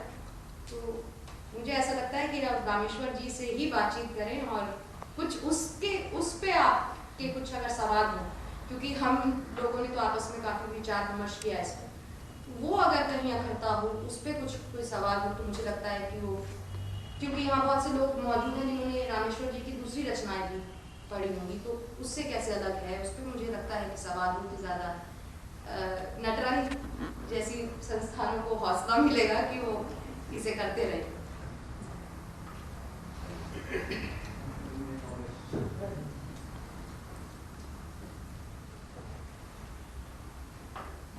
शायद कोई प्रश्न है नहीं तो बड़ी अच्छी बात। कई लोग बहुत प्रश्नाकुल होते हैं। एक ने मुझसे पूछा था कि ये नाटक क्यों लिखते हैं, इससे क्या होता है।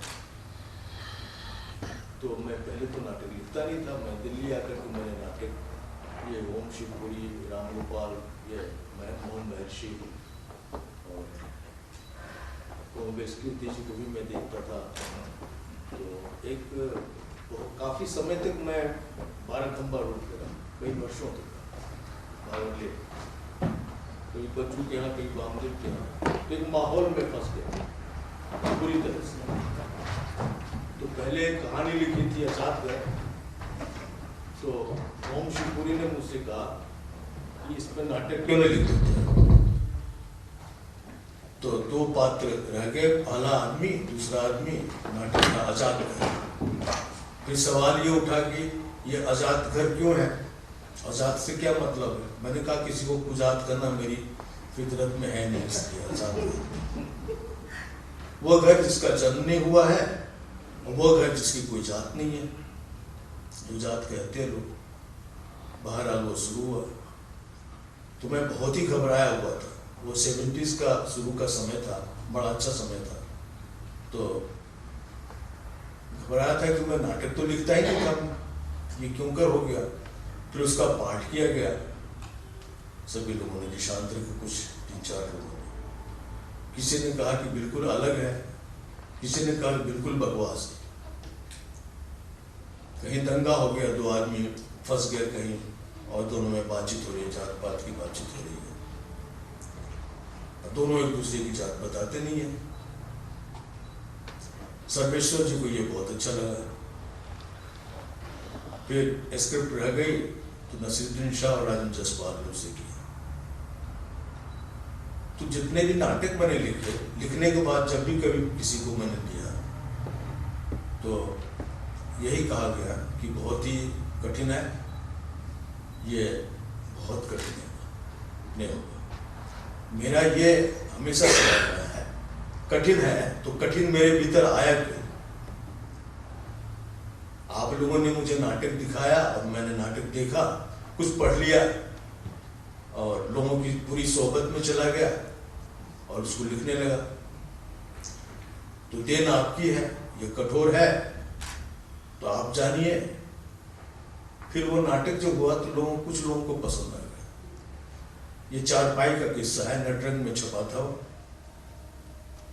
नटरंग का बहुत ही मैं कर्जदार हूं कि 26वां अंक था वो, और मैं कलकत्ता एयरपोर्ट में नौकरी के सिलसिले में चला गया था 3 साल के लिए।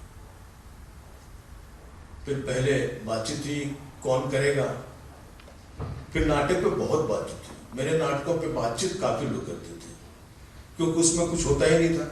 पहले ये कहते थे वो कुछ हो ही नहीं रहा, सूत्रधार भी नहीं है इसके पास, कहानी भी नहीं है, नाटक कैसे। उसके कई नाटकों को मैं पढ़ता था, चेखव के और सबके नाटक पढ़ता था, देखना पढ़ना ही था मेरे का। तो वो कार्य व्यापार से पता चलता था कि क्या कौन क्या कर रहा है। कहानी लिखने की क्या जरूरत थी, कथासार लिख रहे हैं, दृश्य का कथासार लिख रहे हैं, तो ये पढ़ेगा कौन। एक तो धर्मकर्मी पढ़ते नहीं, तो सीधा नाटक ही क्यों नहीं लिखा था। जो कहना है साफ साफ कर देना चाहिए। तो मेरे भीतर ये सिलसिला पैदा हो गया था। कई बार लोगों ने कहा कि अब तुमने बकरी नाटक देख लिया है, उसमें गाने हैं और वो नौटंकी में है, अब तुम नौटंकी लिख लो। मैं होता नहीं था मुझसे, क्योंकि जिस रिदम में दूसरे लोग लिखते थे वो संभव होता ही नहीं था। दफ्तर में भी काम करना पड़ता था और फिर एक आदत लग गई थी, वो बहुत बुरी आदत। घर के लोग कहते थे बुरी आदत था। ये 11 बजे रात में पहुंच रहे हैं, 12 बजे रात में घर पहुंच रहे हैं और सुबह 9 बजे से दफ्तर भी कर रहे हैं। बहरहाल शुरू में हर नाटक के साथ ये हुआ जो दृश्य में है, और कथा को उस तरह से नहीं कहा गया जो पहले कहा जाता रहा है, तो कठिन लगता है। विजुअल अपने आप में बहुत कुछ कह देता है, और चुप्पी भी एक भाषा है उसकी। रही बात, उन्होंने कहा कि कुछ आंग्ल भाषा का भी प्रयोग किया किसी कैरेक्टर में, केशवानंद ने, और मैं पढ़ करके मुझे लगा अभी तुरंत, एक तो जब रश्मि जी ने मुझे कहा कि नाटक चाहिए, यही नाटक था, और मैंने तब भी कहा था कि मुझे एक सीन लिखना है, तो बॉम्बे जाने से पहले एक सीन मैंने लिख दिया था उसमें, फिर जोड़ दिया था जहर में। अभी फिर जब आप लोगों ने पढ़ा ऐसे पढ़ा, तो मुझे लगा कि मुझे कई बार इसको देखना पड़ेगा, लिखने से ज्यादा देखना पड़ेगा कई बार, अभी और काम शायद बाकी है, ऐसा मुझे महसूस होता रहा है। तो ये एक ऐसी रचना प्रक्रिया है जिसमें दृश्य के जरिए भी, प्रकाश के जरिए भी, हाव भाव के जरिए भी किसी नाट्य सर्जक को कुछ करना, दिखाना पड़ता है, उससे भी कुछ बुलवाना पड़ता है, तो धीरे धीरे वो डिफिकल्ट जरूर लगता है, लेकिन जब वो मंच पर होता है तो कुछ ना कुछ बोल कर जाता ही है। और इस तरह से बहुत सारे नाटक भारत भवन में भी देखने का मुझे मौका मिला, जो वहाँ पे आवासीय नाटककार के रूप में मैं था। उससे कुछ विजुअली मैं इंफॉर्मेटिव, मुझे इंफॉर्मेशन मिलता रहा, कुछ जानते रहे, और धीरे धीरे एक तरह से बन गया कि मैं शायद कुछ काम कर सकता हूँ। फिर स्थान का बड़ा भारी महत्व मेरे काम में हो गया, जो मैं आपसे शेयर करता हूँ कि ये हुआ कि 2008 के बाद में लिखता ही नहीं था। एक जलडमरू बाजे स्टूडेंट प्रोडक्शन हुआ, राम गोपाल बजाज ने किया था, वो फ्लड पे था, फ्लड आज भी है, ब्रिटेन में फ्लड आया था, तो काफी तारीफ हुई, कुछ इमोशनल सीन थे, कुछ था, उसके बाद में लिख नहीं रहा था, मुझे लगता था बेकार है इसका, लिख के होता क्या है, देख कर लोग चले जाएंगे, इसका प्रभाव लोगों के मन पे क्या पड़ता है, क्या होता है, बहुत कुछ जानने की इच्छा होती रहती है, लेकिन किससे पूछा जाए, अब सब बिखरा बिखरा हुआ सा है। जब से मोबाइल आया, एकांत तो लोगों का खत्म हो गया, लेकिन मुलाकातें समाप्त हो गई। ये सारी चीजें तो खुद से बैठकर और कई नाटकों को देखकर जो कुछ प्रभाव मिलता होगा, वही सब अंकित होता रहता है। मूल तो मैं ये कह रहा था कि जब कोई पूछता है कि इसकी कहानी क्या है, जैसे चारपाई के बारे में बातचीत चली, तो कहानी क्या है, मैं ये कहता हूँ कि कहानी है एक बूढ़ा अपने वर्क प्लेस से घर की तरफ आता है और मर जाता है, बस, और क्या होता है उसमें। तो इतनी छोटी सी बात 1 घंटा 20 मिनट तक है, और अभी भी चल रहा है, भोपाल में चल रहा था 11 फरवरी को। तो 76-75 में रिपेट्री में किया हुआ ड्रामा अभी भी हो रहा है, कोई ना कोई करता है, करने की संख्या कम भले ही हो, तो कुछ ना कुछ तो बात होगी। इन सब बातों से मुझे उकसावा मिलता रहता है कि शायद कहीं ठीक है, ठीक दिशा में है। कि नाटक वास्तव में लिखता तो मैं हूं, लेकिन लिखता किसके लिए हूं, तो फिर एक समाज होता है, इसलिए सामाजिक संवाद के जरिए ही सब कुछ करना चाहता हूं, सामाजिक डायलॉग के जरिए, बिना किसी ज्यादा ताम झाम के। तकलीफ है तो तकलीफ है, आनंद है तो आनंद है। उसी तरह से मैंने भी इसको कंसीव किया था, लेकिन मुझे लगा कि शत संतान के समय कारंत कहा करते थे ये सोरियलिज्म की तरफ है आपका ध्यान ज्यादा, आपको ज्यादा होशियार बनने की जरूरत है। सल्वाडोर डाली का प्रभाव लग रहा है। मैं सल्वाडोर डाली को बहुत अच्छी तरह नहीं जानता हूं, लेकिन पेंटिंग जरूर देखी है मैंने। बहरहाल तो फिर रियलिटी से शुरू करो, बहुत संतराज से नहीं। ये सब मन में चलता रहा और फिर इसका लेखन शुरू हुआ। भोपाल जाने का अवसर मिला, स्थान का मैं कह रहा था वहाँ मध्य प्रदेश नाट्य विद्यालय में नाट्य लेखन के लिए कोई वर्कशॉप था उसमें, तो वहाँ 10 दिन रहने का पलाश में मौका मिला बहुत वर्षों बाद। अकेला था, तो वहाँ जब सब लोग लिख रहे थे तो मैं बैठा हुआ देख रहा था वो क्या लिख रहे हैं, शायद लास्ट में पढ़ना पड़े, सारे प्लेस को पढ़ना पड़े। मैंने सोचा मैं भी लिख लेता हूँ। तो दरअसल 3-4 दिनों में मैंने एक ड्राफ्ट वहीं तैयार कर लिया था और फिर 10-15 दिनों में मैं लिख भी गया।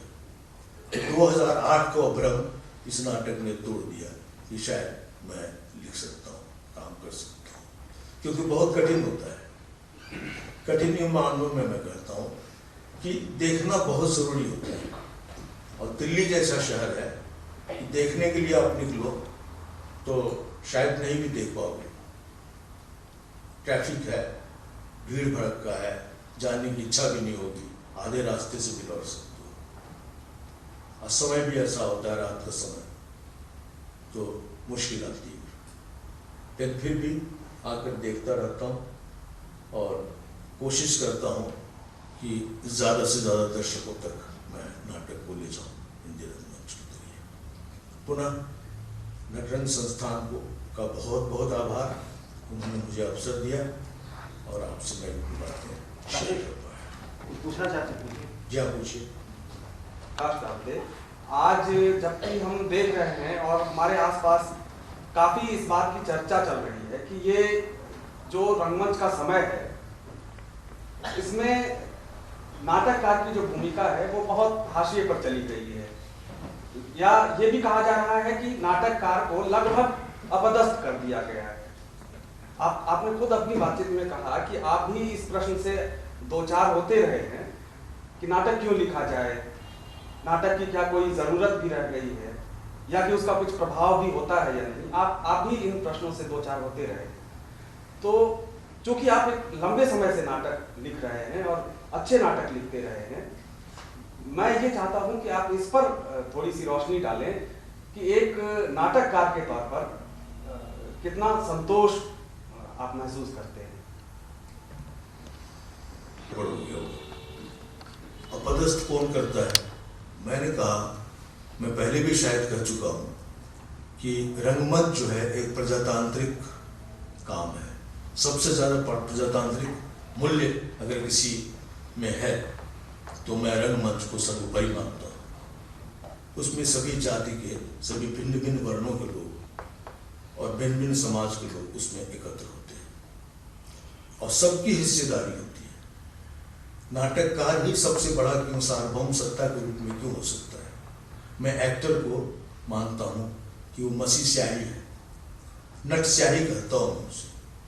अगर वह न हो तो नाटक करेगा वो होगा कैसे, व्यक्त होगा कैसे, भावन होगा कैसे उसका? इसलिए मैं जहाँ तक मेरा अपना तजुर्बा है या मैंने जो अनुभव किया है कि ऐसा मुझे कभी महसूस ही नहीं हुआ कि शायद मैं अलग थलग हो चुका हूँ या हो गया।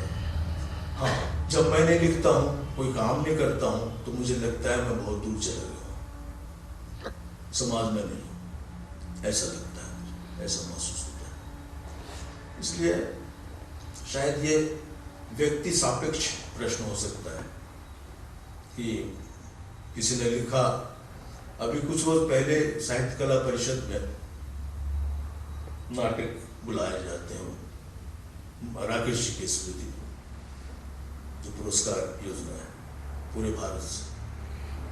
तो किसी का नाटक आया, मैं नाम नहीं कहना चाहूंगा, उन्हें पुरस्कार भी मिला नाटक की प्रस्तुति होने वाली है,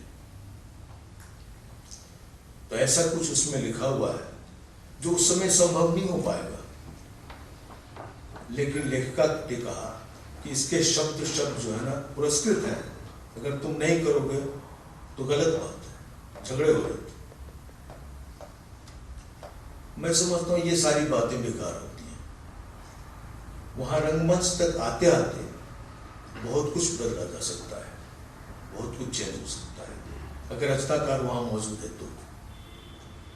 भारत भर में जो एक बहुत बड़ा प्रयास हुआ था आवासीय नाटककार योजना की, उसमें मैंने शस्त्र संतान लिखा था और उसमें मैं मानता हूँ कि सभी लोगों का योगदान था, मेरा ही नहीं। मैं तो शब्द लिख रहा था, सबों से बातचीत होती थी और मैं उससे मैं लिखता था, काम करता था।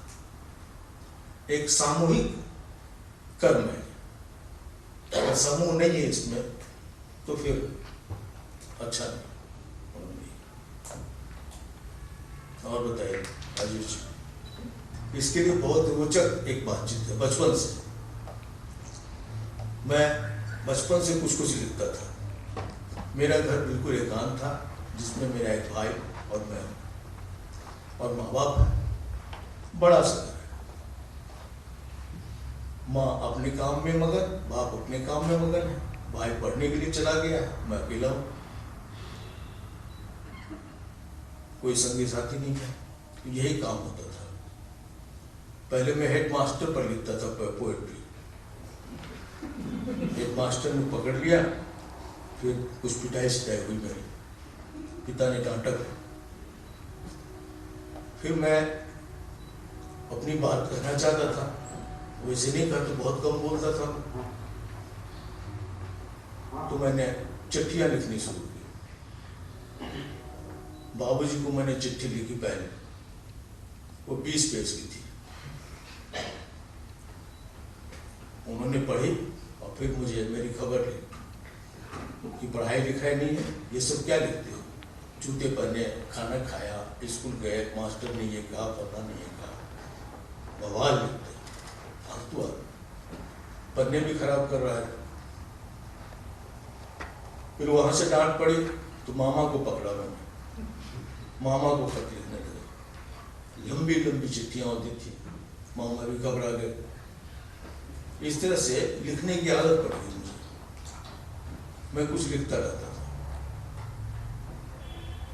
तो जहाँ दिल्ली आया, नागपुर से आया था मैं, नागपुर में कोई असिस्टेंट एडिटर था नव भारत में, वहां से छोड़ के आया। यहाँ आया तो बजाज के यहाँ रहा, फिर नॉर्थ एवेन्यू में रहा, फिर सर्वेश्वर जी के यहाँ रहा, कई जगहों में रहा। मैं समझता हूँ दिल्ली में जब मैं 43वां बर्थडे मेरा था तो 43 मकान बदल चुका था।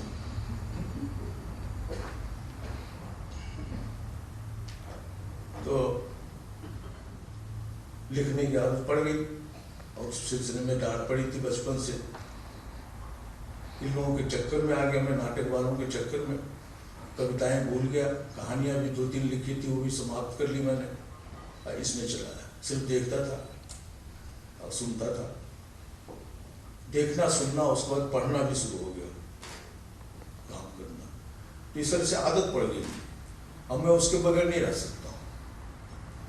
आपको ना अच्छा लगे तो मुझे बता दीजिए, मैं नहीं लिखूंगा।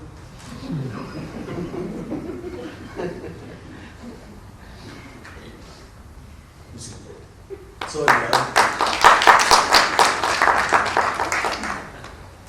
बहुत बहुत धन्यवाद कि ये डायलॉग हम लोगों का हो सका, रामेश्वर जी से सुन सके क्या प्रक्रिया है, क्या सोचा। एक चीज़ जो बहुत उभर कर आई, जो हम सबको जो रंग कर्म करते हैं और जो नाटक लिखते हैं, वो ये कि संवाद खत्म गया और इस संवाद की बहुत ज़रूरत है। नाटक में 2 महीने 3 महीने जब मेहनत करके करते हैं तो उस समय की बात है तो एक 5 मिनट की होती है, उस पर अगर कुछ बहस मुबाहसा हो, उस पर थोड़ी डिटेल में बातचीत हो, तो उसका जो संतोष होता है, ये क्योंकि अब हमारी उम्र हो गई तो देखा कि पहले ये हुआ करता था और उस वही एक कारण होता था कि रंगकर्म करते थे कि बैठेंगे फिर उस पर बात करेंगे और उससे सीखेंगे और फिर आगे बढ़ेंगे, पर वो बिल्कुल खत्म हो गया है। तो ये भी लगा है सुनते सुनते कि ये हम लोगों को और ज़्यादा करना चाहिए, चाहे ज़बरदस्ती ही लोग इकट्ठे हो रहे हैं पर बातचीत हो, और बातचीत करने का जो सुख है वही सुख है इस हमारे वाली काम का, इस क्रिएटिव काम का। और ये भी कि मेरे ख्याल से हम रंगकर्मियों को सोचना चाहिए कि जब भी प्रस्तुति करें तो उसका एक ज़रूरी हिस्सा बनाएं कि दर्शकों से बातचीत करें, उससे वो भी ज़्यादा जुड़ते हैं और एक समझ की जो एक मतलब एक लेन देन का जो एक रिश्ता बनता है वो बड़ा ज़रूरी। पर आप सबका बहुत बहुत शुक्रिया कि आप लोग